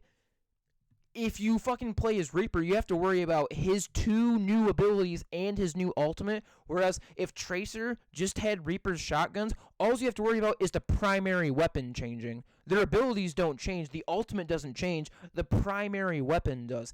That's what I think Overwatch should do. That's what I think it should do. Is like instead of making it so that like Hanzo and Widowmaker are different characters, just make it so that Widowmaker or Hanzo exist in the game and they can just have the opposite person's gun. Their abilities and ultimates stay the same, but their primary weapon changes. Right, and I think that's honestly the best way you can go is keep like the cast small, but the subclasses like not infinite per se, but like just high enough to where like you can play one class slightly different, but it feels like a Oh, different oh experience. my God! I Like just realized something. Remember Splatoon, I yes. where like like the weapon that you used determined what your abilities were. Not your abilities, but they determined like what your ultimate was in Splatoon. And the gear that you bought determined what abilities you had. Overwatch should have done that. That's what Overwatch should do. Overwatch should do that. Instead of making a fuck ton of new characters, like having 42 characters, there's a lot. I don't know if it's 42. There's like 40 characters. There's a lot. You should just make it like Splatoon, where you can just play as Tracer, right? But you can like mix and match your abilities and shit. It's like, oh, like maybe don't make it like Reaper's abilities, but make it like, oh, if you want to play Tracer, instead of using her pulse rifles, like those two little pulse pistols thing, you can buy, right? You can buy like double like fucking like nail launchers, and they fire really slow, but they do like more damage, right? And they have like more headshot damage and shit. And instead of her thing being like the pulse bomb, right? It's something else. You know what I'm saying? It's something else. Or like Yeah, something like or that like I could totally get behind. if you buy upgrades for Tracer, maybe instead of her blink ability where she like teleports around like that, she has like a dodge where like someone shoots you and you press it, right? And like you dodge out of the way or something. Like something like that, Or like maybe she just have an ability where she's like invincible for like 3 seconds or something instead of like her recall. Like that is what I think Overwatch should have done, is like Splatoon, where the ultimate that you have changes depending on what weapons you have, and you can just mix and match abilities by buying them. That's what I think Overwatch should have done. Instead of making a whole bunch of fucking characters, so they should have just made the characters that they had originally super, super variable. You know what I'm saying? Yeah, Instead of trying to add variety by making new characters, they should have just added variety to the characters they already had and made them super, super variable instead of adding new characters. That's what I think they should have done. yeah, and like I said, I think that would be the best way to go. Like okay, so I'm gonna go back to TF2 again because that's really the only class-based shooter I really extensively played. I mean, Warface to an extent, but it's not as like varied because it's basically Call of Duty. Fucking paladins. I don't even want to get into paladins. Like What I was saying was Sniper has a secondary gun, right? It's the SMG. yeah. Now, it's not exactly great, but it's serviceable. But you could change the meta by giving him like a slow firing projectile, like an automatic slow firing projectile weapon, like the Doom 3 plasma rifle in like mechanics, where it shoots slow but it hits hard, and that would change up just enough to where he feels like a new character, but it's still the same class. Yeah, but if you were gonna do that, you need to make it so that like his range is like way lower. Like he's not long. He's like mid range now. So now he is a character where you can't just like rope around and like stay really far away. You have to kind of get into a space where you're damageable by other characters, and at that point you can kill and do a lot of fucking damage output, but you're putting yourself in more danger because you're doing that. That completely changes everything. Just changing the weapon changes everything. Exactly, and that presents a high risk, high reward scenario where if you get kills with it, you feel like you're doing something good because the gun in question rewards needing to play good. Let me sauce you up another example for Overwatch. How about instead of changing the primary weapons, you can just change the fucking ultimate. Just change the ultimate. Because Overwatch is all about the ultimates. If Tracer, instead of like the sticky bomb, where she throws the sticky bomb like 2 inches in front of her and it sticks to someone and does a bunch of damage, if she made it to where like she had 6 grenades that did less damage and had a wider blast area that she could fire, that would make her way fucking different than that fucking, sticky bomb. Like, why doesn't Overwatch do that? Give us the ability to change the ultimate. I think that's what you should do, honestly. Like, that's very interesting, I think, because that changes the game completely. Like, if you gave Sniper in TF2 a fucking SMG, SMGs are close range, not long range. You realize how much that changes the character? A lot. A fucking lot. So I So that's what I think is like shit like that is interesting because they can make their game really variable and really strange like by doing that. Also, I made a joke about paladins. I'm not even gonna talk about paladins because paladins is so broken and like overpowered right now. Like paladins is stupid. Like I've seen like people who play Overwatch like XQC and shit play paladins. They've never played it before. They go in, they pick one character that they hear is good, and they just destroy the entire team without dying once. Paladins is fucking awful, and I expect it to be awful. You know why? Because Paladin's a fucking ripoff of Overwatch. That's why Paladin sucks dick. And why it's so fucking bad. Also, if we're talking about class-based like shooters, we could, you know, I'm we glad you could, I'm glad you mentioned that though. yeah. Yeah, I'm glad you mentioned that because I just wanted to bring this up real quick. I know we're talking a lot about TF2 and Overwatch, but if you notice, not one of us has said one is better than the other, and that kind of like, I've noticed a lot of people seem to think that TF2, and I know it happened. I mean, it's a stereotype, so someone had to have said it for a long time, but I have never heard someone unironically say that Overwatch is a ripoff of TF2 that wasn't either unironic or an obvious joke. Okay, so like because it really isn't like it's not a ripoff. People obviously have opinions. People have opinions of which one is better. Like, oh, TF2 is better than Overwatch, or Overwatch is better than TF2. It's the same thing that happened with PUBG and Fortnite. But when you really think about it, they're different games. Like TF2 and Overwatch are such different games. I don't even really think it's fair to compare them. Really, like I don't even think that's Yeah, fair. like Like I don't they're even clash. They're like I don't even think it's fair to compare the two because they're so fucking different. Like same thing with like PUBG and Fortnite, that whole thing about which one was better. You do realize that those are like really, really, really different games, right? They play so fucking differently. and like here's the thing, like so just because it's a clash shooter, it's automatically a ripoff of TF2. What about something like the original Star Wars Battlefront or Day Right. of Defeat?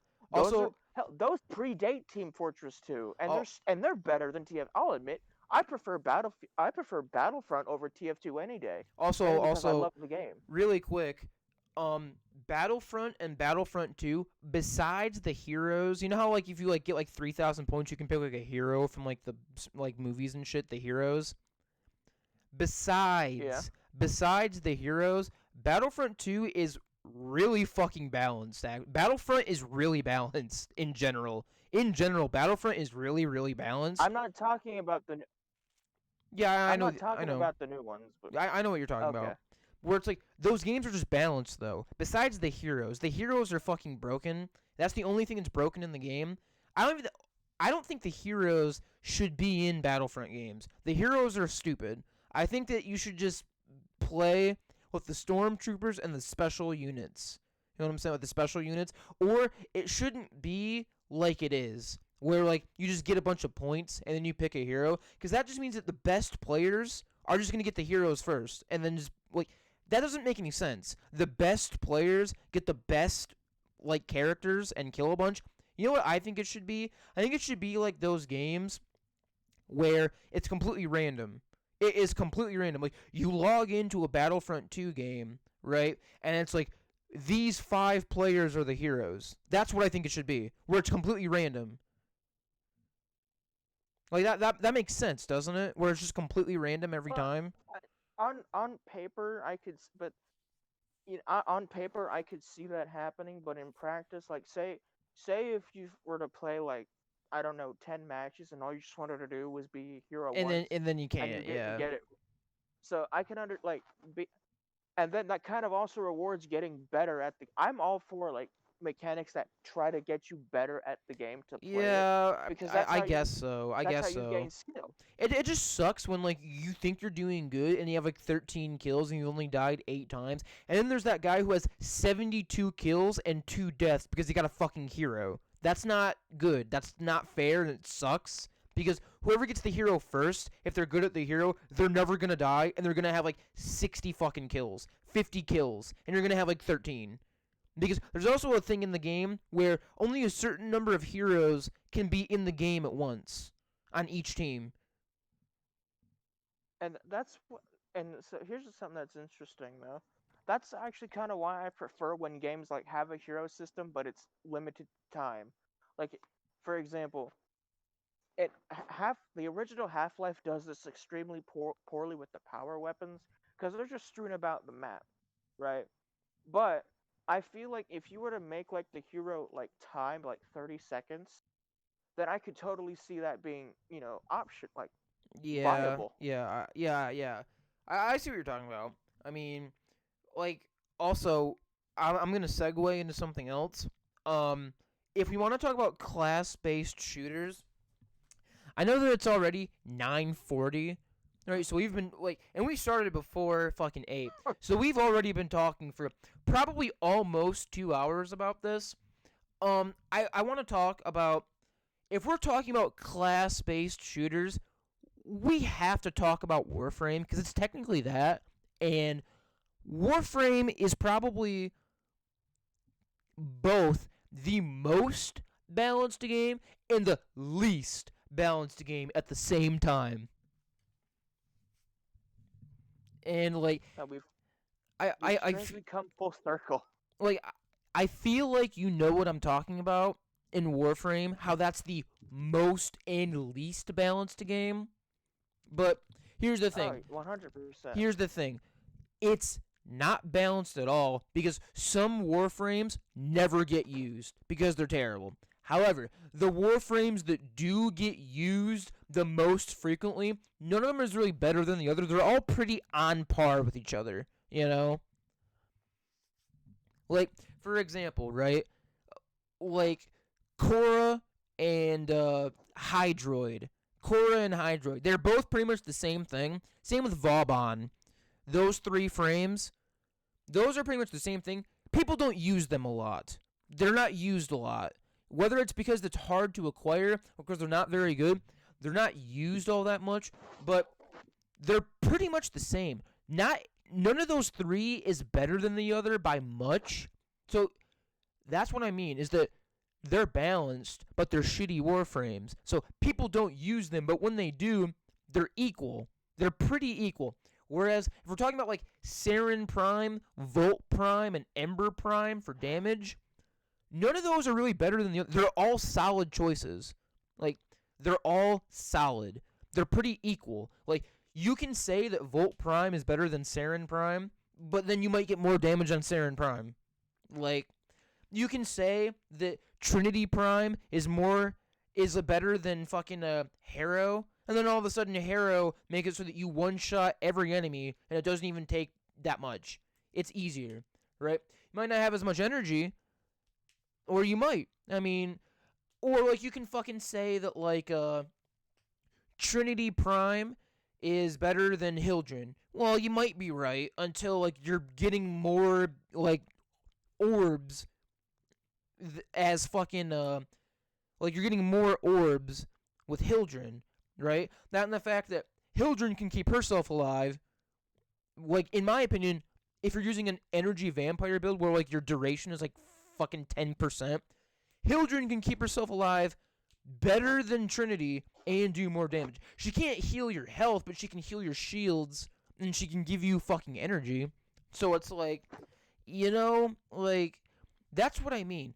Warframe is super balanced because all the frames are pretty much equal to each other, but it's not balanced at all because some frames are worse than others. It's kind of like a tier list, right?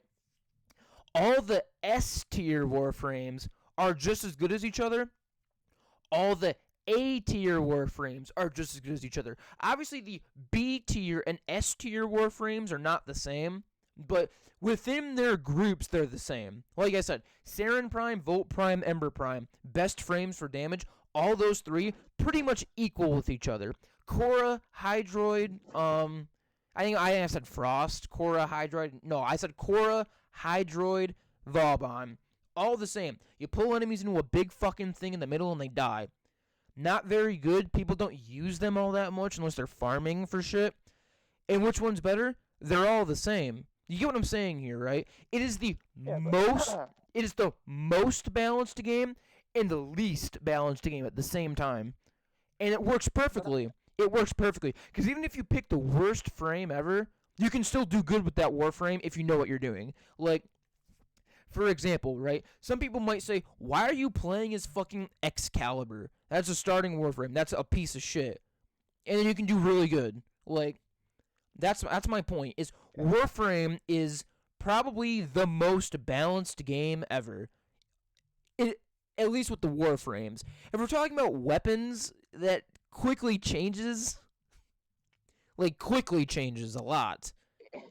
Like, I'm sorry, but like, if you're using Baza Prime, right? But somebody is using the Ignis Wraith or the Amprex, I'm sorry, but they're not the same. They're not balanced at all. One of them's way better. Like, one of those is way fucking better. I'm sorry. I love the Amprex. That's the one that has the area of effect damage, right? When you shoot the beam. It's the you like shoot the electric It's bolt. small, It's kind of like the Ignis Wraith, like the fucking flamethrower, but it's electric. It's a rifle. It's a primary. Yeah, I know, but that's the one that you shoot the beam and it has like a small AOE. Yeah, Yeah, I love that one. It electrifies people. Yeah, I know, and I love it. I modded mine to do corrosive damage, and holy Yeah, shit. oh, dude, the fucking Amprex in terms of status is way better than the Ignis Wraith because the Amprex is fucking insane in terms of fucking status. It's fucking crazy. Like, dude, it's fucking insane.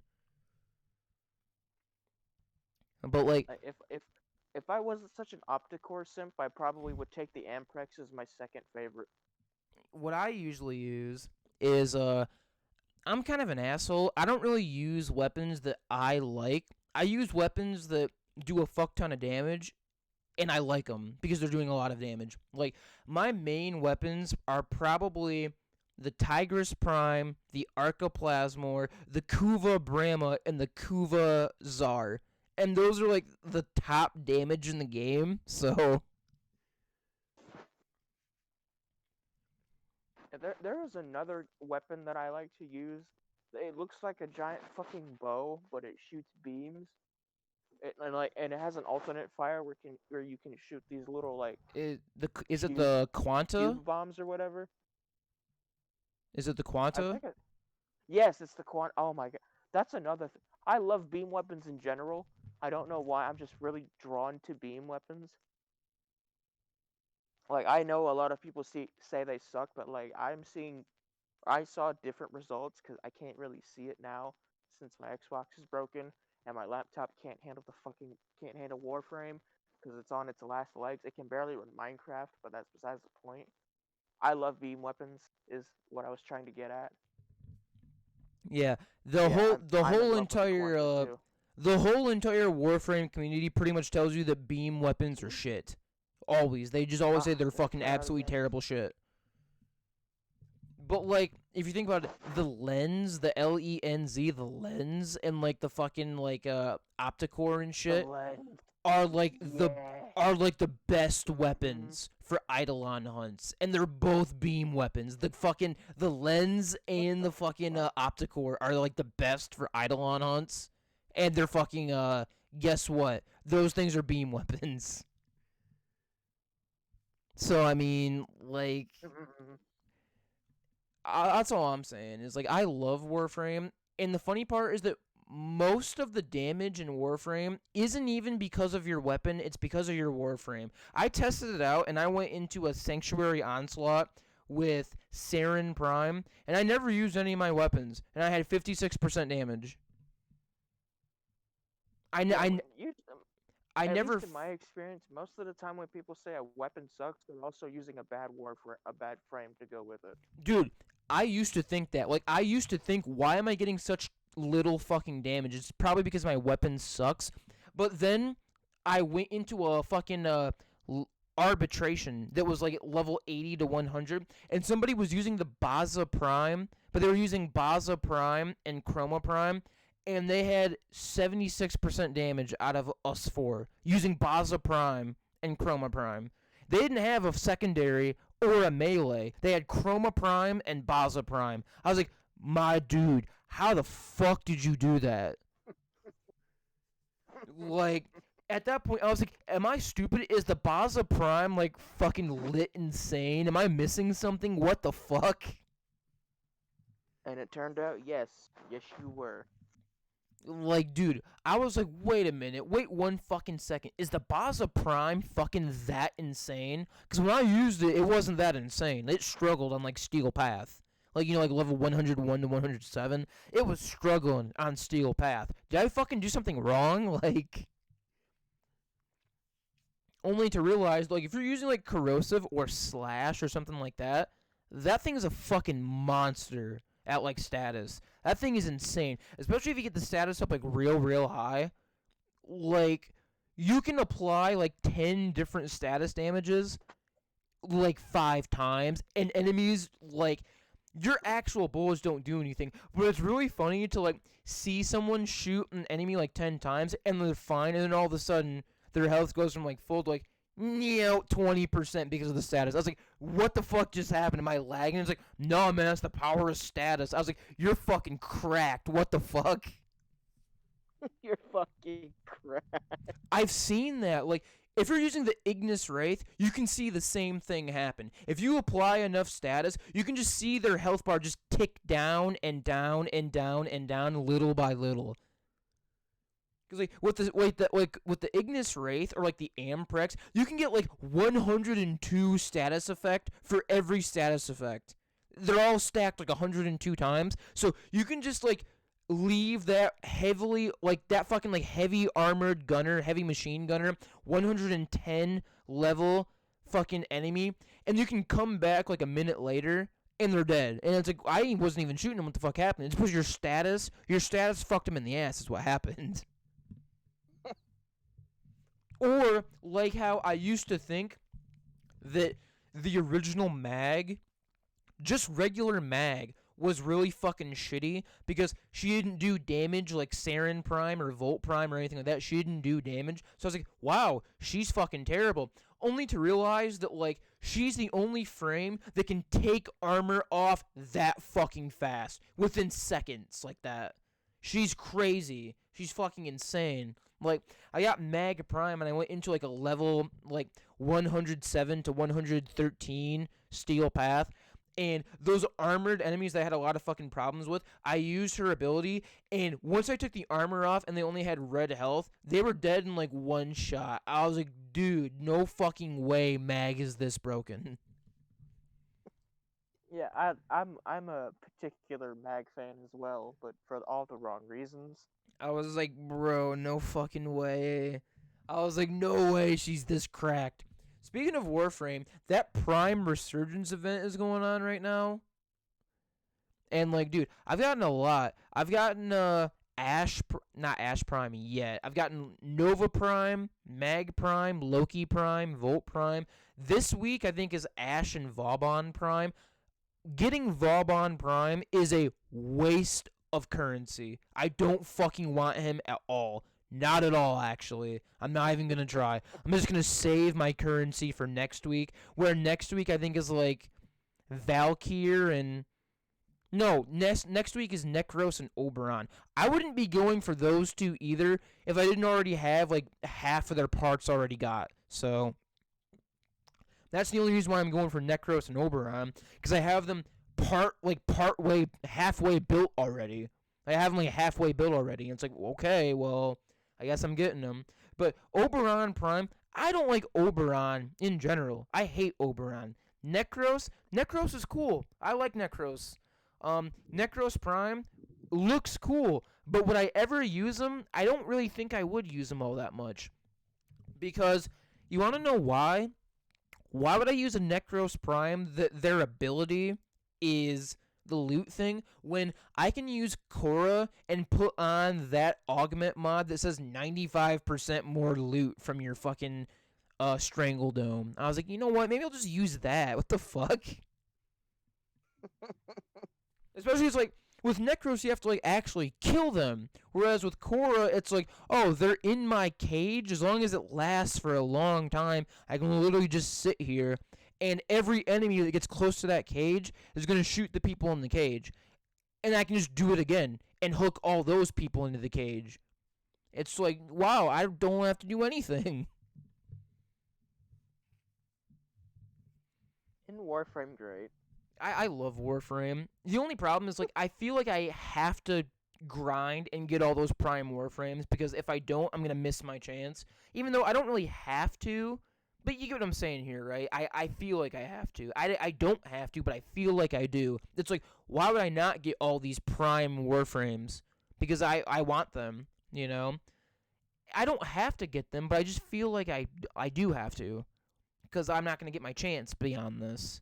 But at that point, it kind of ruins the game because it feels like a job, like a chore instead of a game. Like you have to go and get all that shit. Like you Isn't it weird how you originally started out not liking it, but then like you started getting what was going on, and then yeah, you're like, oh wow, right. this I, is I, I was actually about pretty to fucking say. dope. I was about to say, I used to really hate Warframe and be like, wow, this game is janky, it feels cheap, it's just fucking terrible. I started to play a little bit more, and now I'm Mastery Rank 17, and I'm never gonna quit this game. Like, I mean, eventually you're gonna get a burnout, but that's normal. dude, yeah, I've burned out on Destiny 2 and Warframe. By the way, I don't play any other video games besides those two at this point. At this point, I don't play any games besides those two. Sometimes I'll play like Resident Evil 2, Resident Evil 7, Resident Evil 4, Resident Evil 1, Resident Evil 3, Resident Evil 8. Like all those I'll play. But for the most part, if I'm playing a video game, I'm either playing Warframe or Destiny 2, but I burn out sometimes, like bad. Like I won't play the game for like a couple of months, sometimes a year. I burn out. I burn out really bad. There was a point in time where I was playing a lot of Destiny 2, and I didn't play Warframe for like a year, and I logged back on, and I didn't know what a Kuvalich was. I didn't know what a Parvo's sister was. I didn't know what the fuck people were talking about half the time because I was gone for a year. The good part about Warframe is unlike Destiny 2, Destiny 2, everything is like time gated. Like everything's like, you know what I'm saying? Like with Destiny 2, it's all about trying to reach the maximum level before the season is over. It's all about trying to get things done before they're not available anymore, blah blah blah. Where Warframe is not like that. If they put something in the game, it's there forever most of the time. Prime Resurgence obviously isn't there forever, but that's an event going on. Whereas, like, when they added Kuvaliches and Parvo sisters and, like, the acolytes and shit at Steel Path and, like, you know, all this stuff, it's there forever. They're not taking it away. So you can not play Warframe for a year, and it doesn't feel like you're missing anything because it's there forever. Sometimes you'll miss, like, you know, Orphix Venom, like, you'll miss that event, or you'll miss, like, the Ghoul Saw event. That new weapon, the Ghoul Saw, where you can only get the fucking mod if you played the event. Sometimes you miss events, but it doesn't really matter all that much because you can just kind of keep playing the game without all that stuff. And to be honest, I'm not even really sure Prime Resurgence is worth it because I've gotten Warframes that I don't fucking care about and I'm never gonna play. Like, for example, Loki Prime. Loki fucking sucks. Loki sucks. Terribly. Loki is fucking garbage. Like when all of Loki's abilities are throw this shuriken and then like you can confuse people and you can like put them to sleep and like blah blah blah. It's like this is fucking dumb. Why would I do all that shit when I can just kill him, you retard? Why would I do all that shit when I can just fucking kill him? That's so fucking stupid. I hate Loki. And I got Loki Prime. I'm just gonna level him up and never touch him again. Ever. I'm not ever touching that Warframe again. Because Loki fucking sucks.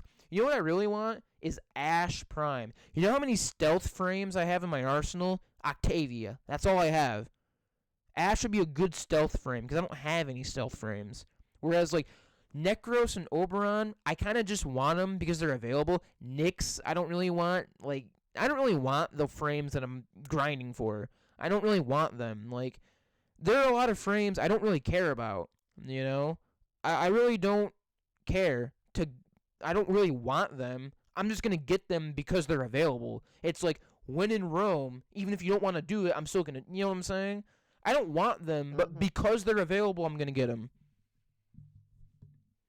You know, if there was a way to trade built frames, I would just give you Ash Prime. Like, I Wait, like using him, but like what the I'm not. fuck, dude? You have Ash Prime? What the fuck? Yeah, I've had Ash Prime for like 2 years. Are 'cause you they're fucking giving it serious? out during. Dude, that's Yeah, that, they were. that's why they're doing the fucking event right now, because Ash Prime hasn't been available for like 3 fucking years. That's why they're doing the event. I don't have Ash Yeah, Prime. I don't. I got Ash Prime. I think it was from was it was it Fortuna that they were doing? No, they were doing a stream that if you tuned in to that stream, you would get Oberon like or Ash Prime fully built. That's some fucking garbage. That's like your And that's like the best stealth frame in the game. That's the stealth frame. I don't know if it was the Fortuna like the Fortuna stream or if it was for the Dude, sacrifice. I don't even think But I it was a played the stream. game. I don't even think I played the game at that time. I only got into the game like 2-3 years ago. I didn't even start playing for like, dude, I haven't been playing the game that long. You know what I'm saying? Like, I have not been playing the game for that long. I really have not been playing it for that long. I genuinely can't remember if it was the. I know it wasn't the reveal of Fortuna, but I know it was like an event going on for it, or at least You know what sometime I around got? Sacrifice. You know what I got for watching a stream? Shitty Hydroid Prime. That's what I got. And then somehow I got another Hydroid Prime, and I had 2. I don't know how that happened, but I had 2 somehow. And I was like, what the fuck? And I was gonna feed it to the like Helminth that you can like feed like Warframes to the Helminth and give them the abilities. I couldn't. You know why? Because you can't do it with Prime Warframes. I was like, nigga, I have 2 fully built Hydroids. What the fuck? I don't even know how that happened. Like, dude, seriously, I don't even know how that happened. It just did. And I didn't want them at all. Did you just delete it or something? I just fucking sold it. I couldn't do anything with it. I fucking just sold it for credits. I couldn't trade it because it was fully built. I couldn't fucking feed it to the Helminth. I couldn't do shit, bitch. I couldn't do fucking shit because it was already fucking built. I didn't fucking build it. I just got it somehow. So I got a fully fucking built second fucking Hydroid Prime, and I couldn't fucking do anything except for sell it for 75,000 motherfucking goddamn credits. 75, bitch. That's all I could do with it. It could be a lot worse. No, fuck you. I was like, God damn it, bitch, are you fucking serious? You couldn't have given me like another Warframe for free? Like, there's Prime Warframes that I don't have. There's a couple of them, actually. There's a lot. You couldn't have given me something else besides this shitty piece of shit? I literally leveled up Hydroid to the max and never touched him again. I was like, God damn it, you fucking bitch. Also, you know the new fucking story mode, like the new story, the new war? Mm-hmm. That came out today. You know what also came out today with the new war? No. Hero Prime access. Oh God. Okay, how does that make sense? Hero didn't fucking exist back when like the war was going on. How is there a Prime version of Hero? It didn't fucking exist.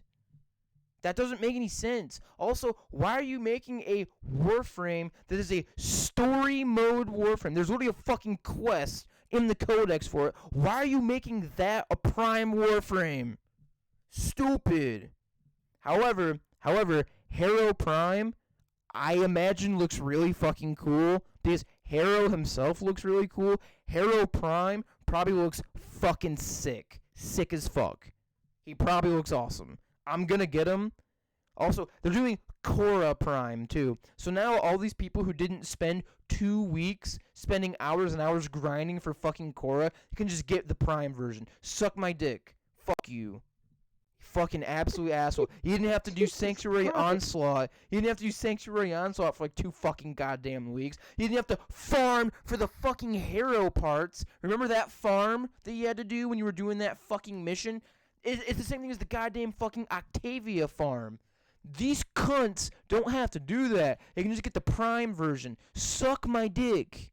Suck my dick. Fuck you. You're getting it for like way fucking less than what I had to goddamn do for the normal version, you cuck. For the normal version. Fuck you. It's almost like, what's the point of doing all this bullshit to get like the regular frame so that you can feel accomplished when you know that they're just gonna fucking prime the goddamn thing later? So you spend all this fucking time and people are just gonna fucking spend 1 fucking day doing stupid fucking relics to get the fucking thing, and it's a better fucking version. Oh my fucking god, dude, I'm so fucking pissed off. Like, honestly, I'm legitimately fucking pissed. I'm so pissed. It's fucking bullshit. I spent so much fucking time getting these goddamn Warframes, like Harrow, like fucking Octavia, motherfucking Korra, and these fucking idiots can just spend 1 fucking day, a couple of fucking hours, doing relics. Ugh! And they get a better fucking version. A better version. It's fucking better, dude. It's better. And it takes like a fucking day. And not 2 weeks of pain and numb fucking grinding. It takes 2 fucking hours, dude. For a better version. Dude. Are you serious? Are you fucking for real? The same thing with Destiny 2 where they put all the fucking exotics from previous seasons in a goddamn fucking store and you can fucking buy them. You didn't have to do that stupid fucking bullshit all of the other ones of us had to do. You just had to buy the fucking thing. You bitch. You don't deserve it at all. At all. Fuck you. Some stupid fucking newbie ass nigga. I'm like, guys, I got this fucking weapon. It's like, you stupid cunt. I had to beat a raid 49 fucking times for that, you little fucking bitch. You bitch. Fuck you. You fucker. Hey guys, I just bought this from the kiosk. It's like, I'm gonna punch you in your stupid fucking head if you don't shut the fuck up. I beat a raid like 10 fucking times for that, you cunt. Fuck you. Why don't we change subjects before you get really invested into this? I'm already invested into this. Oh, god damn it. I just bought Phil Winter's Lie.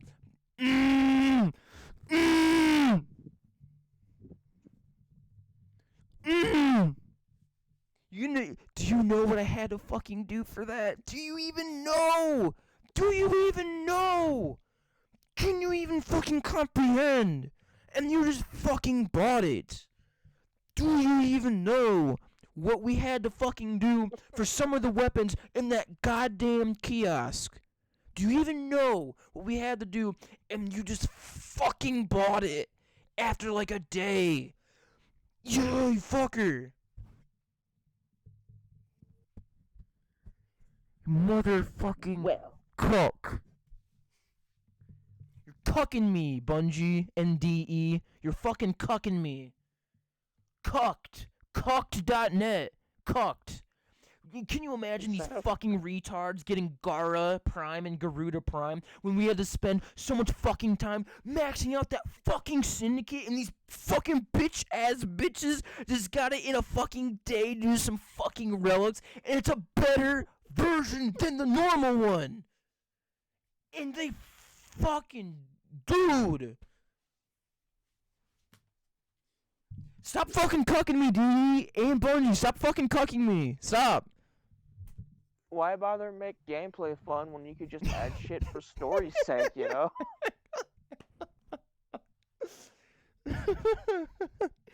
Oh my god. Well, our storyline's already fucked. Let's just add Prime Warframes that wouldn't even make sense given the context of the current exactly. timeline. It's like, let's make Octavia Prime. It's like, but sir, Octavia Prime was made by fucking Suda, like after the war was going on. So Octavia Prime wouldn't have existed back then. It's like, well, you know what? We're doing it anyway. It's like Hero Prime. It's like, but sir, that didn't exist either.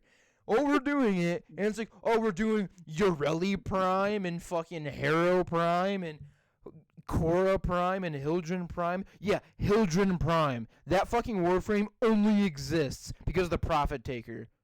And it's like, retard. Didn't exist back then. How the fuck is it a thing? How is it a thing?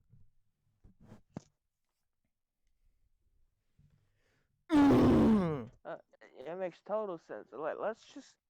I think they're only doing it because they realized how fucking cool the Prime look is. Yeah, like, that's with the all only white and reason. gold. Literally the I only feel like reason. that's the only reason.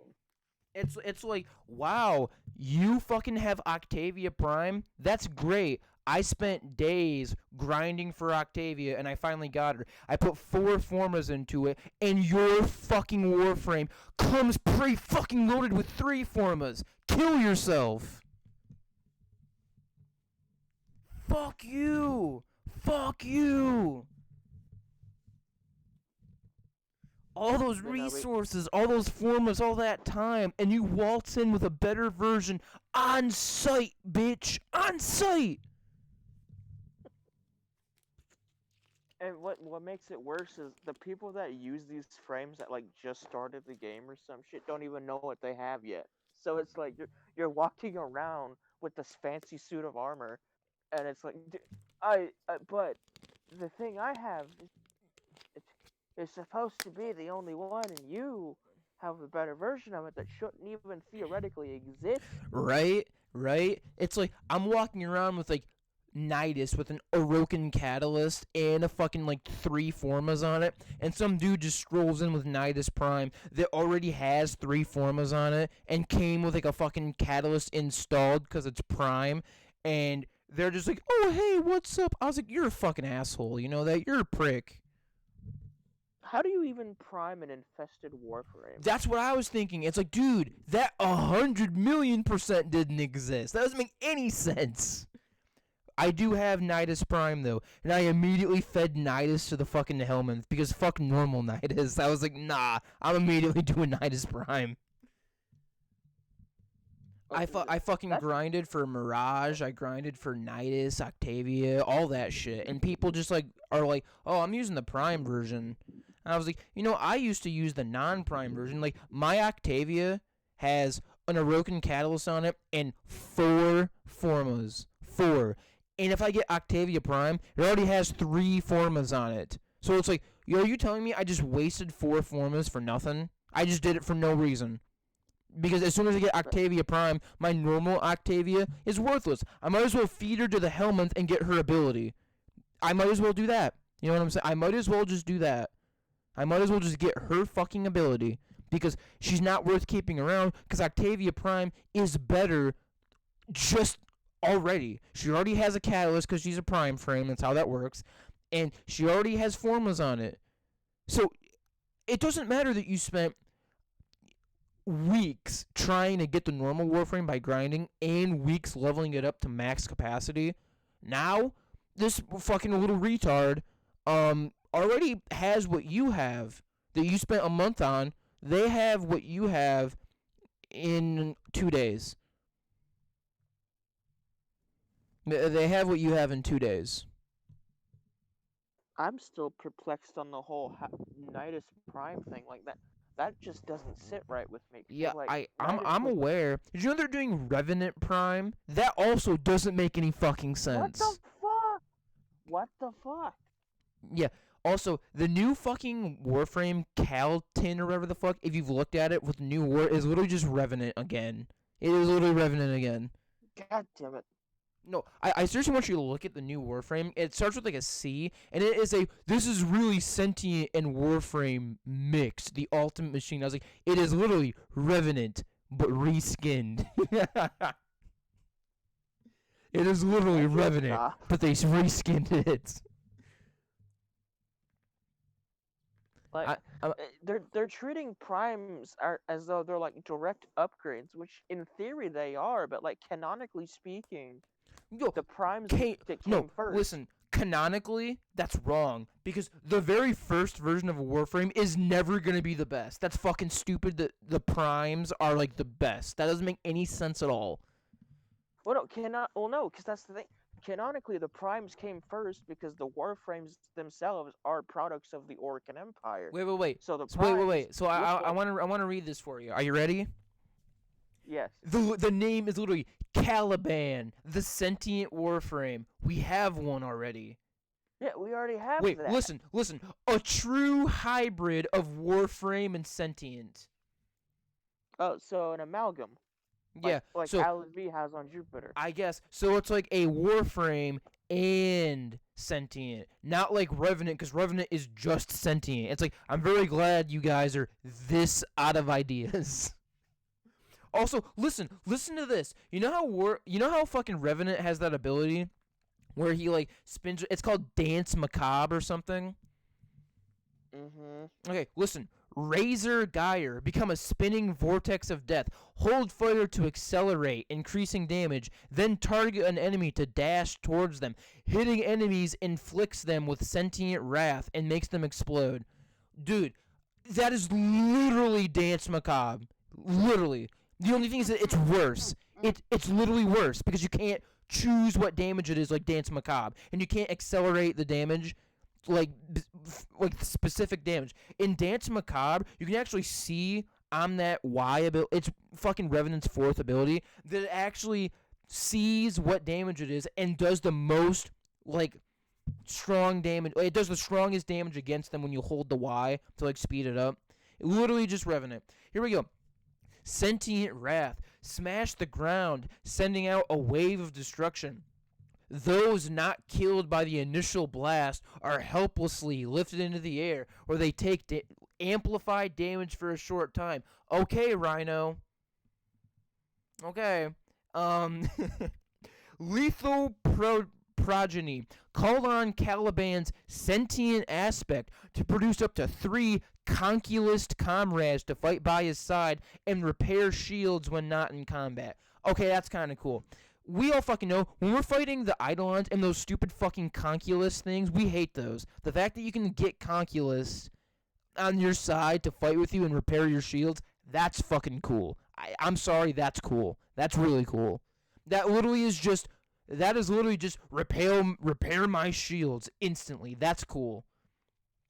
I don't know why you really need that, because your shields regenerate.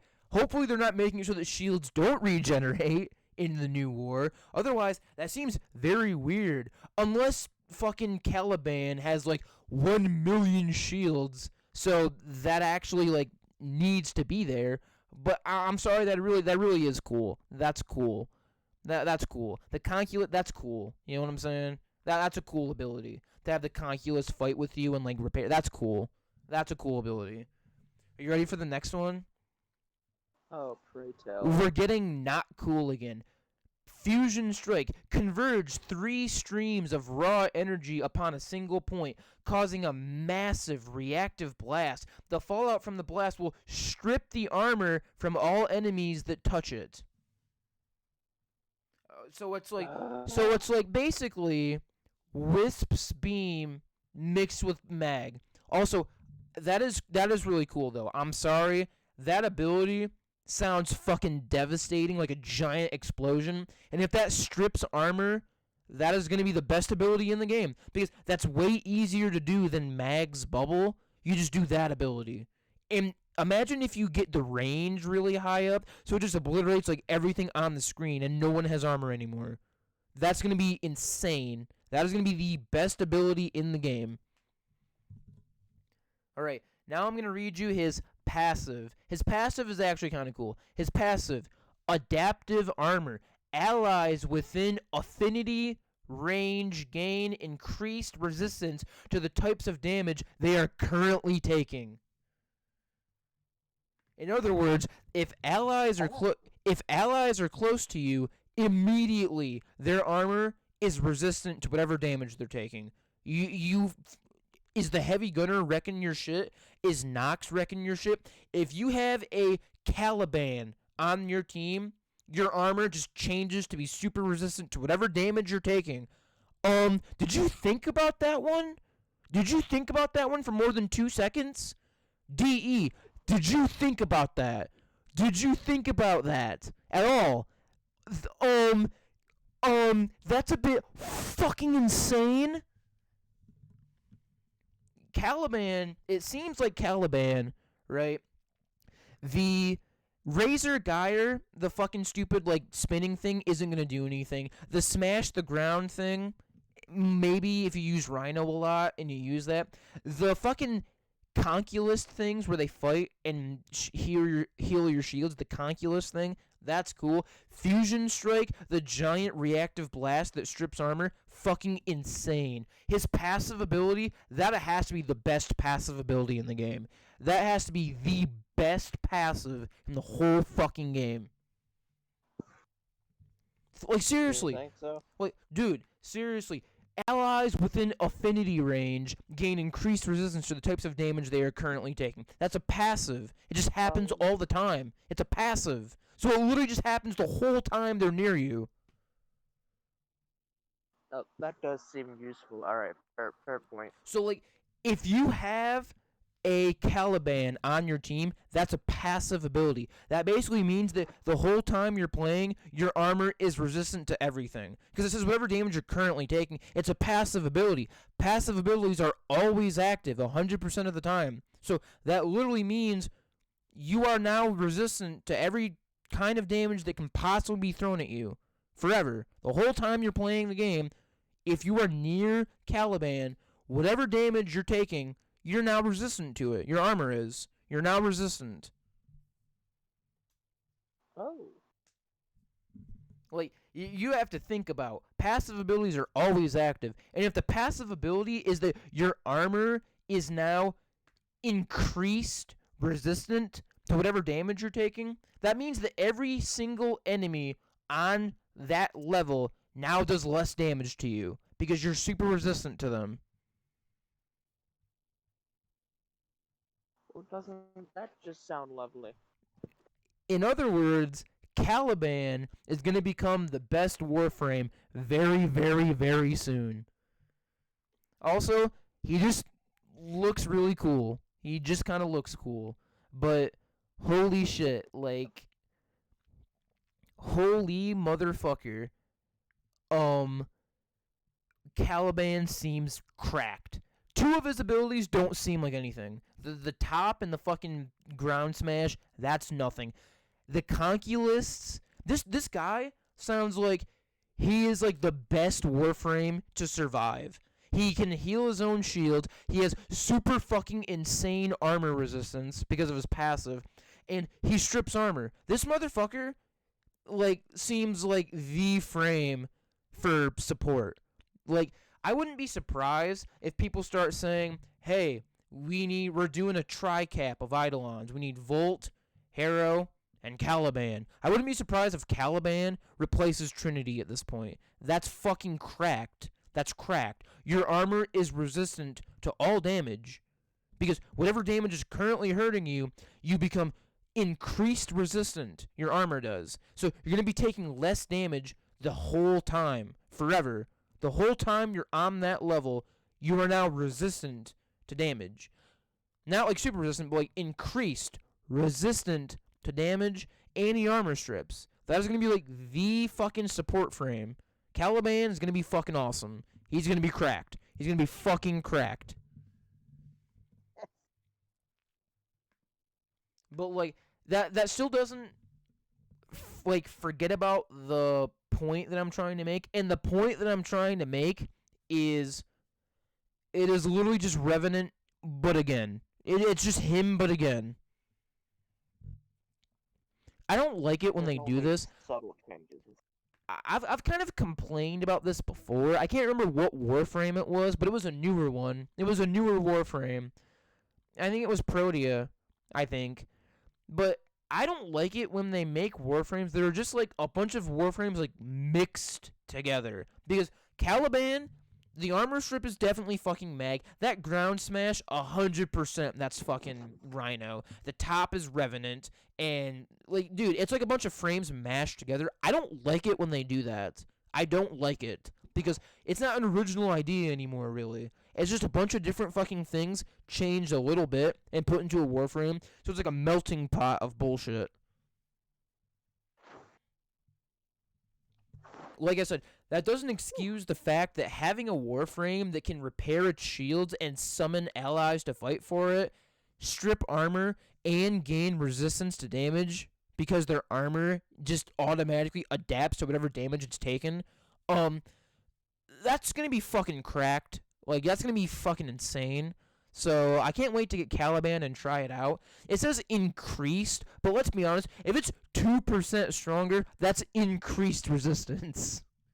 And knowing Warframe, it's probably gonna be like 15%. So like, if someone's shooting you with like, you know, fucking slash damage or like penetration or toxic or something, and like you take 25 damage per second of toxic, you're gonna take like 20. You know, like it. You know, I mean, if you're doing like puncture, like slash, it's just gonna be 15% less.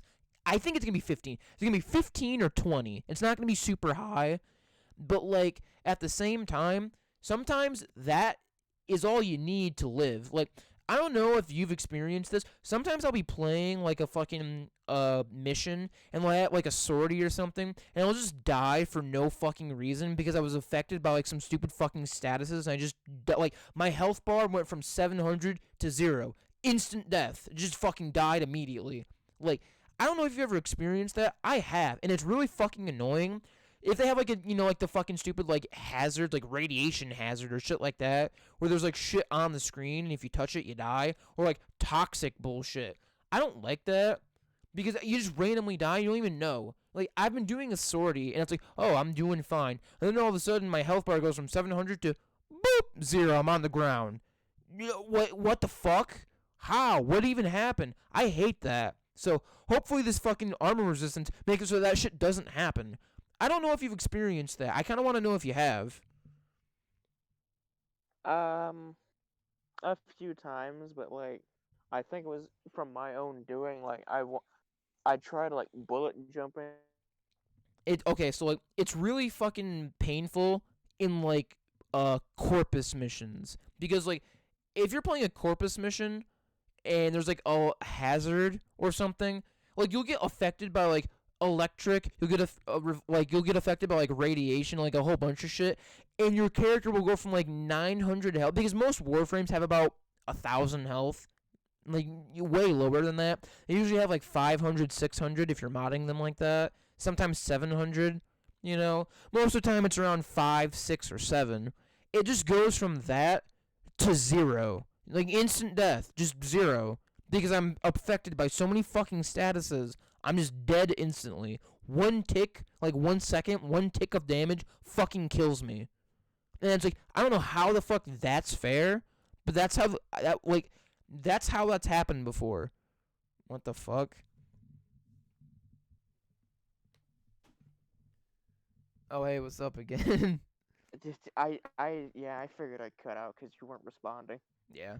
But that's kind of what happens is I'll just be fucking like, you know, playing a game and I'll be hit with so many status effects, or I'll be hit with one status effect that's like so fucking strong that like one tick, because like you can see the ticks up like in the top right, like how many seconds you have. One tick of damage instantly kills me.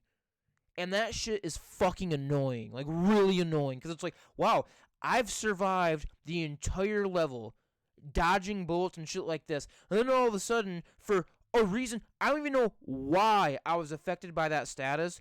I've survived the whole fucking game not being touched. Now all of a sudden I'm affected by a status and I'm fucking dead. When I'm doing like Steel Path or like Arbitration or like a sortie or like really long survival or really long defense, it's not the enemies shooting me that ever kills me. It's wow, I'm doing Right. I'm doing really good. Oh wow, all of a sudden I have 0 shields now. Why? Because of a stupid fucking status. Or like, oh, I have full health and full shields. Status. 1 second gone, I'm on the ground dead. Wow, in fucking sane. It's never the enemies that kill you. It's like 10 fucking statuses stacked up and then you're dead. And it's like it's never the statuses that kill you. I mean, it's never the enemies that kill you. They don't shoot you and kill you. That's never what it is. It's always, wow, for some reason my health and shield just went from 2,000 combined to fucking 0 instantly. There's not even enemies shooting at me, and I just instantly fucking died. And it's like, why? Did the game lag out? No, you had a re-fucking tarded status on you.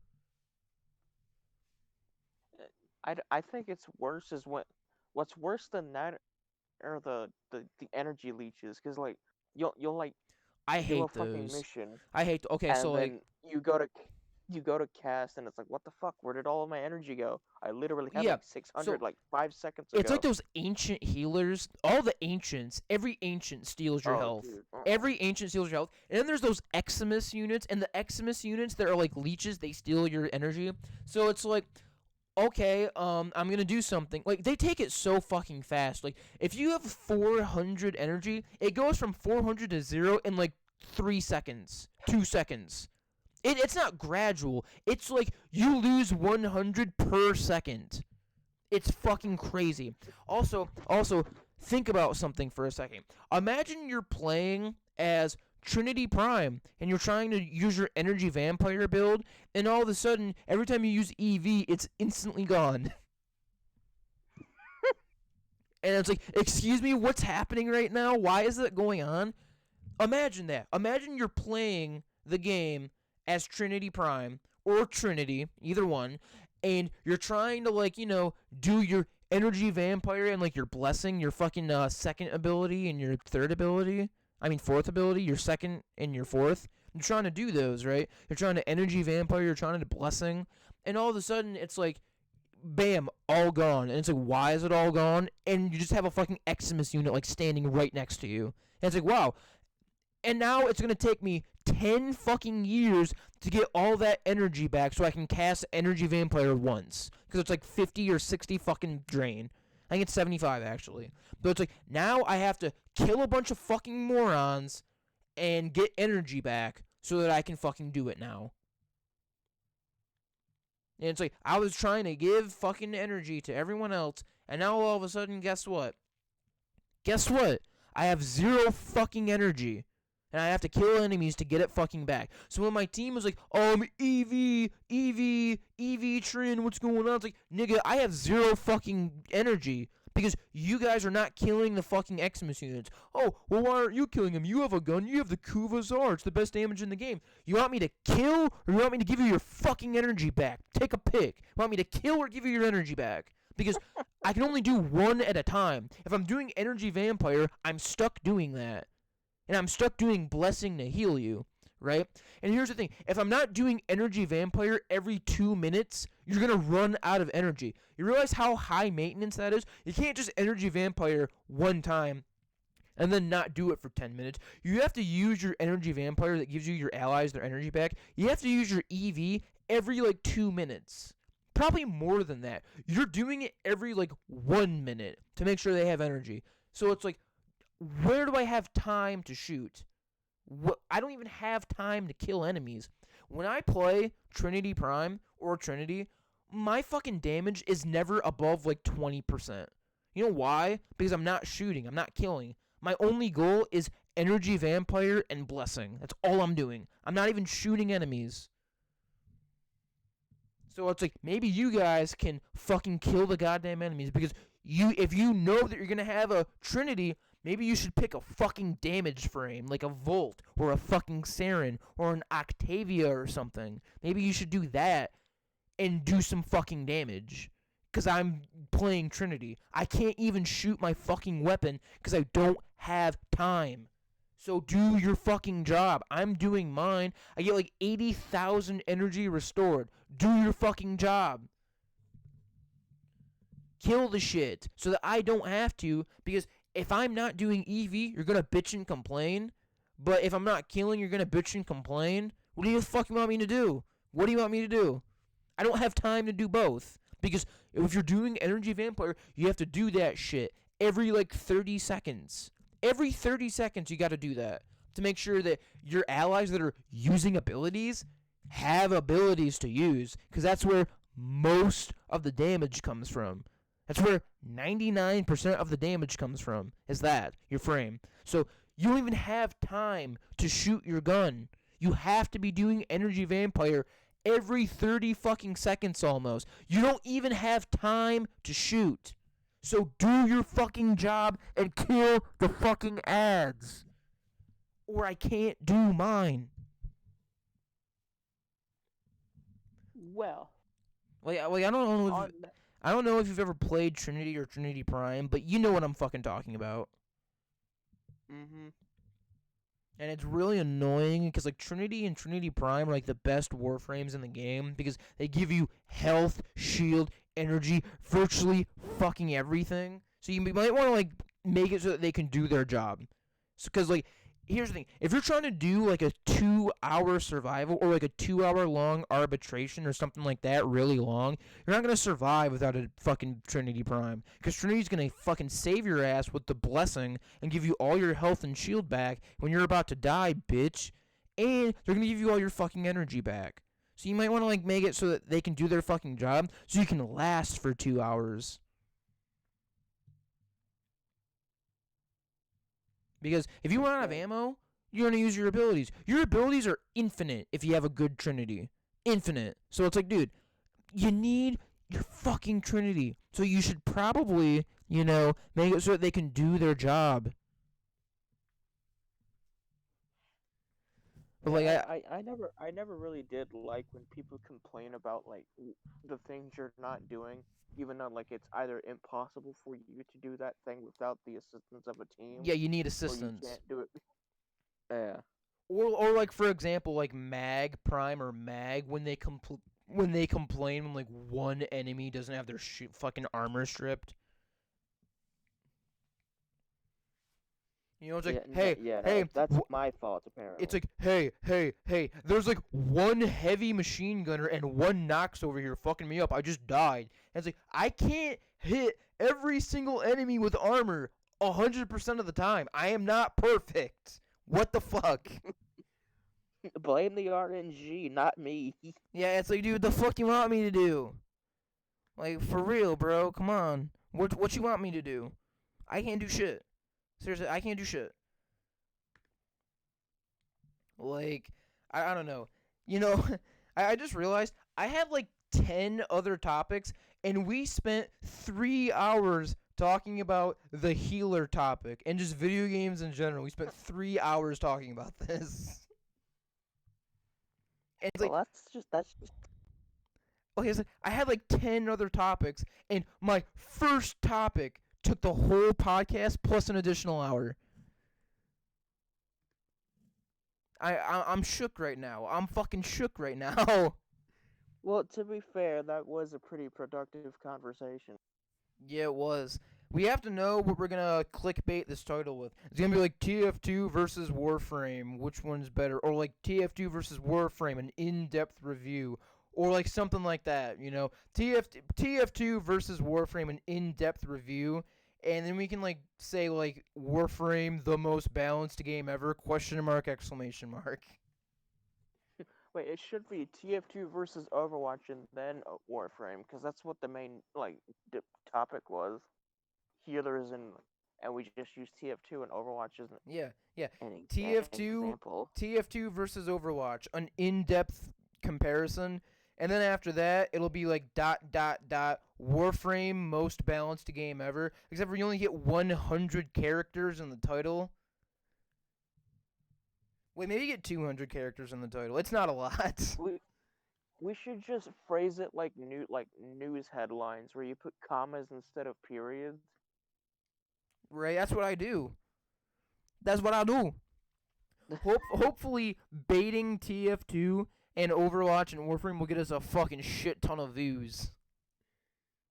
And hopefully from not the wrong people. Yeah. Hopefully we get a fuck ton of views off of this. I know people that will literally dox you for saying TF2 is a shit game because they have Stockholm syndrome and think Valve is the best company, which they're not, by the way. Valve. I mean, yeah, Valve they're best good. company. You guys remember Artifact? Every single Valve fanboy just fucking pissed their pants and got traumatic flashbacks that I said Artifact. Like, they're all seizing on the ground because I said the word Artifact. Yeah, like, I physically cringed when you said that. Artifact, the Dota card game. And it's like, oh, please stop. That's my kryptonite, please. I have to admit that Valve made one fucking mistake. Oh no! I'm dying. Oh no! Oh no, they've made many mistakes. Just none were as egregious as Artifact. Artifact, the Dota card game, where like you could tell 100,000,000% they just wanted a fuck ton of money. Either that, it's the thing I don't like about Valve is like, yeah, they're pioneers, but so is id, but id is still not as good as it used to be. Like, so, let's be real. Like, I know id and I know their games, but like you're gonna have to fucking refresh my memory. What games have id made? Wolfenstein and Doom. Okay, the yeah, original. there we go. Yep. I mean, they still make like Doom and stuff, but if you recall, like they were a lot better back in the 90s. Like, I don't want to sound like that guy, but I kind of prefer the way they made games, like the original id made games, because like old really music and old games are the best. Those are the best. Modern gaming fucking sucks, dude. That's the one thing I hate is when people say old games are better. Like, no, Super Mario Odyssey is 100% better than 1980 Super Mario. Yeah, Super Mario Odyssey is a great fucking game. And like, there's like plenty of other like Doom engine games that were total garbage, like Redneck Rampage. That is like the worst fucking game I've ever played. All I have to say, right, is the fuck was I gonna say? Oh no. I don't know. Oh fucking no. fuck. Oh yeah. All I have to say is like I know that I just said that Super Mario Odyssey was like good, but I'm not a Nintendo drone. I understand that Nintendo was not the best game company and they're kind of fucking assholes sometimes. Also, I looked up the founders of id Software and John Romero was on there, which is really fucking cool because I really like John Romero. Yeah, John Romero, John Carmack, Adrian. I like all of them.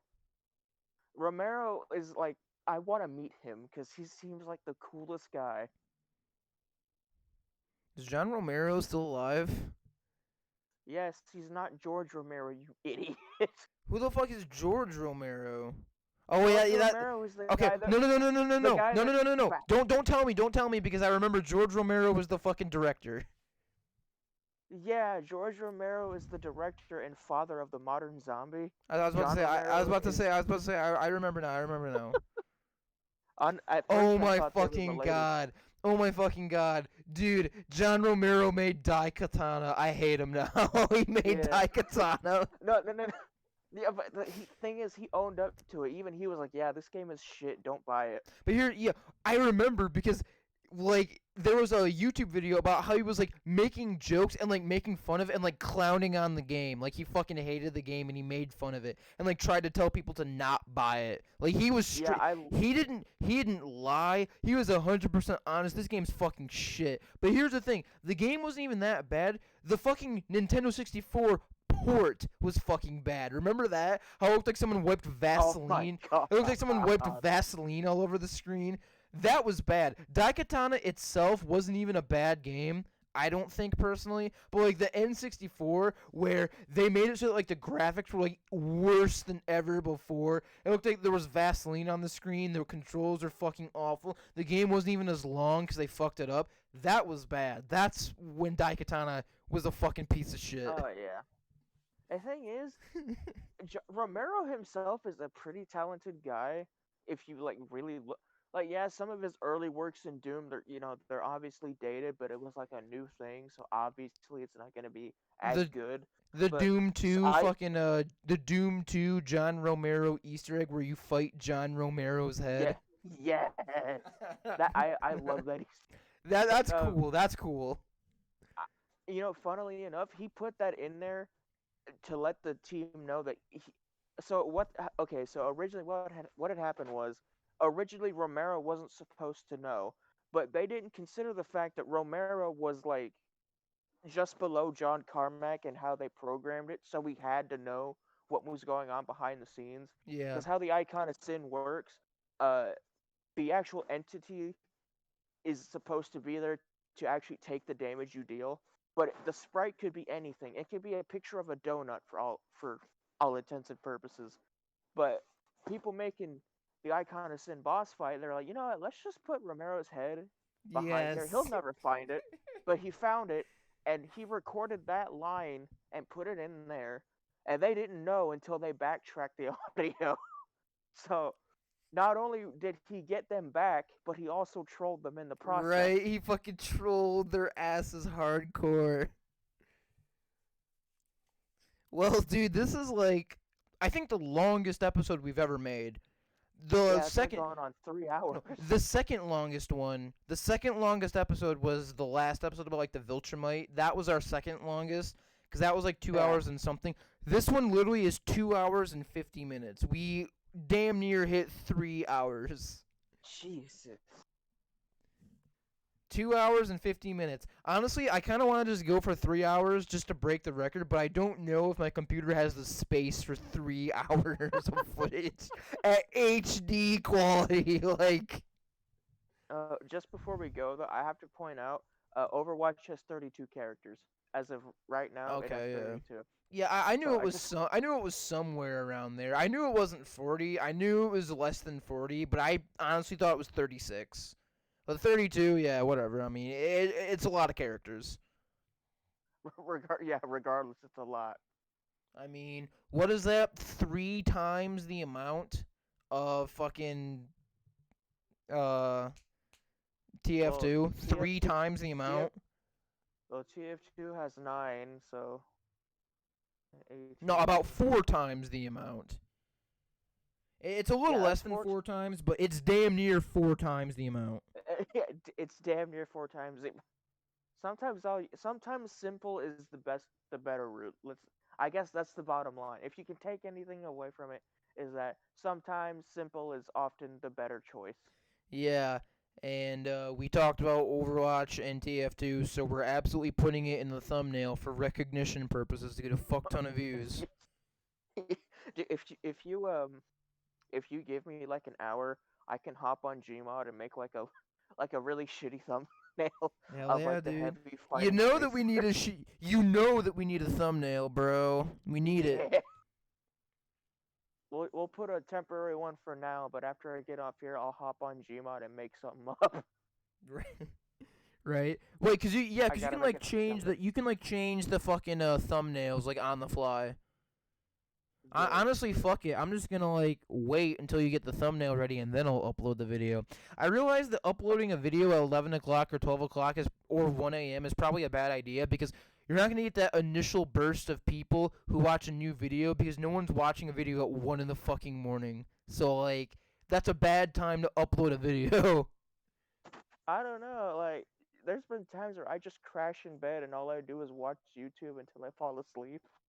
Right? I mean, I And guess like I do I that. put shit on autoplay. I do that every night. Fuck you mean. Every single night. I don't watch TV to go to bed. I don't watch TV anymore. I don't even watch like streaming services. I watch like YouTube most of the time. So every single night I put one on like a YouTube video and I just watch a YouTube video and fall asleep. And then I wake up and it's like random shit playing. It's like, what the fuck is this?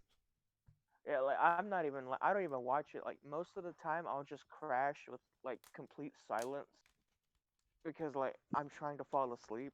But like if I'm like like really stressed about something, I'll watch like Bob Ross. Nice, my dude.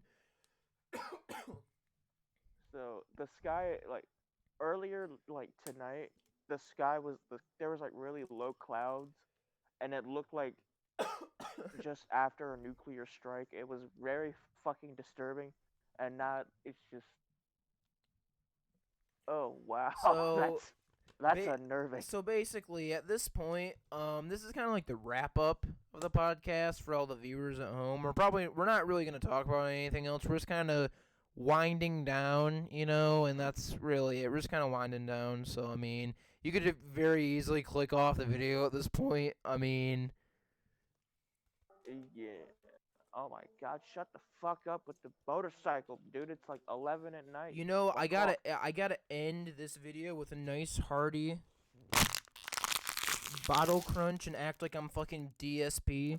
Because DSP does, Darkside Phil does that shit. DSP does that because he doesn't have any ideas left and he's running out of content to exploit and steal people's money.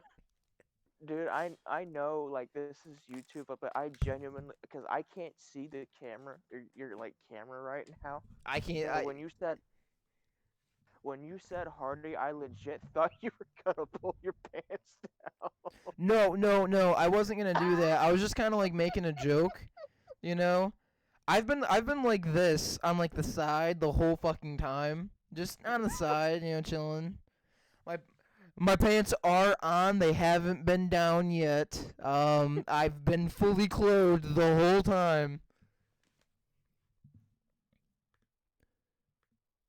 We need to take this to like an adult site so like we can just like I was about to say, we need need to go to like an adult site so we can film our entire fucking podcast just completely naked. So it's like, if people are watching the video, they don't really care about the podcast. They just want to see us sitting in a chair, like, naked, talking about shit. And it's like, I was really trying to jack off, you guys, but when you were talking about Overwatch and TF2, my dick got really soft jacking off to your, like, flaccid penis as you talk about shit.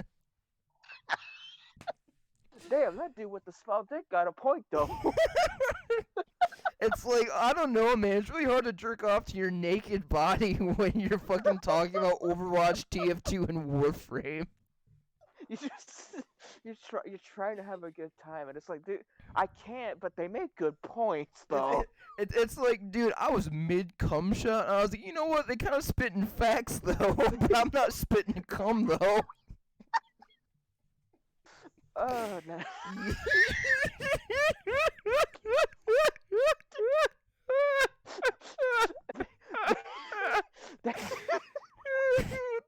They spitting facts, but I ain't spitting cum, though.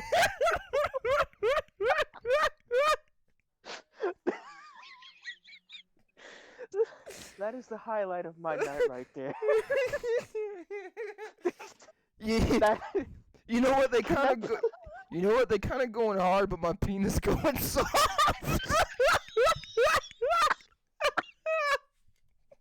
Can that please be the quote in the description? Yeah. Please. It's like, I'm gonna read the description. What's this video about? They kind of going hard, but my penis going soft. And it's like, wait a minute, what the fuck is this video about? It's like, hold on 1 second. What is this video about, though? Like, oh my god, I'm seeing stars, bro. I'm seeing stars. Oh, that got me. Dude. Yeah. They going hard, but my dick going soft. Oh, fuck, dude. Dude, I am so happy to be back. Nobody watches this shit, but I'm happy to be back. Like, I can't imagine, because, like, I'm 20 and you're 21 right now. I can't imagine when we're, like, 30 or, like, 40, like, just looking back on this, like, holy shit, I remember this. That's assuming we're not doing it by. I hope we do it by then. Dude, I hope we're like by the time we're 40, we should still be doing this and we should be millionaires.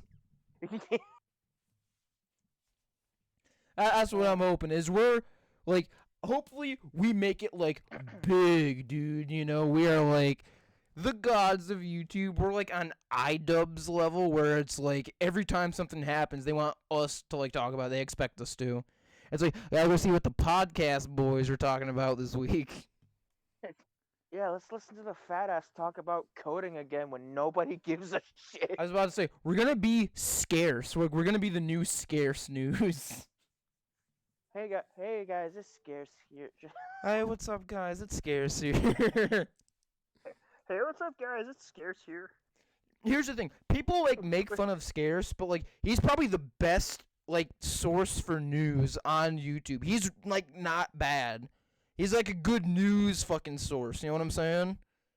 Mm-hmm. Like Scarce actually does a good job of news to the point where you can like believe what he's saying and his news is good. Whereas like if you're watching like Keemstar or some shit for the news, like don't do that. Yeah, dude, I remember there was a thing about Yami. Oh my god. Okay. You know who he is? Okay, really quick. Did you know that fucking Keemstar retired and Darkside Phil tweeted at him like, I'm glad that he's gone because all he did was spread misinformation. And then Keemstar like tweeted back at him and got into like a really heated argument. Like Darkside Phil and Keemstar got into a huge heated argument where they were clapping back at each other. Yeah, I remember like I know Keemstar retired, but I didn't know he got into a fight. Dude, he with retired Darkseid. this year, I think. Like it was recent. Yeah, I know. Yeah. I know And- that. But and I didn't know Darkside about Phil- the argument. Darkside Phil talked about it on his stream. And like Oh, yeah, boy. yeah, and like shit talked him. And like Keemstar hit him with the line of, I know why you're mad at me because I'm retiring in a mansion. I've been on YouTube for years, and you're still on YouTube begging for money, and you're never gonna retire. And I was like, you know what? DSP's right. I didn't really like Keemstar, but Keemstar just fucking shit on him so bad, he's never recovering from that. Like, he's not recovering. That's crazy. Let's see. I'd probably be mad too. Let's be real. Right? Like, oh, dude, that's... Anyway, right now, we have officially hit 3 hours. So, I'm going to bid the viewers farewell before my computer says farewell to this recording and fucking stops it. Yeah.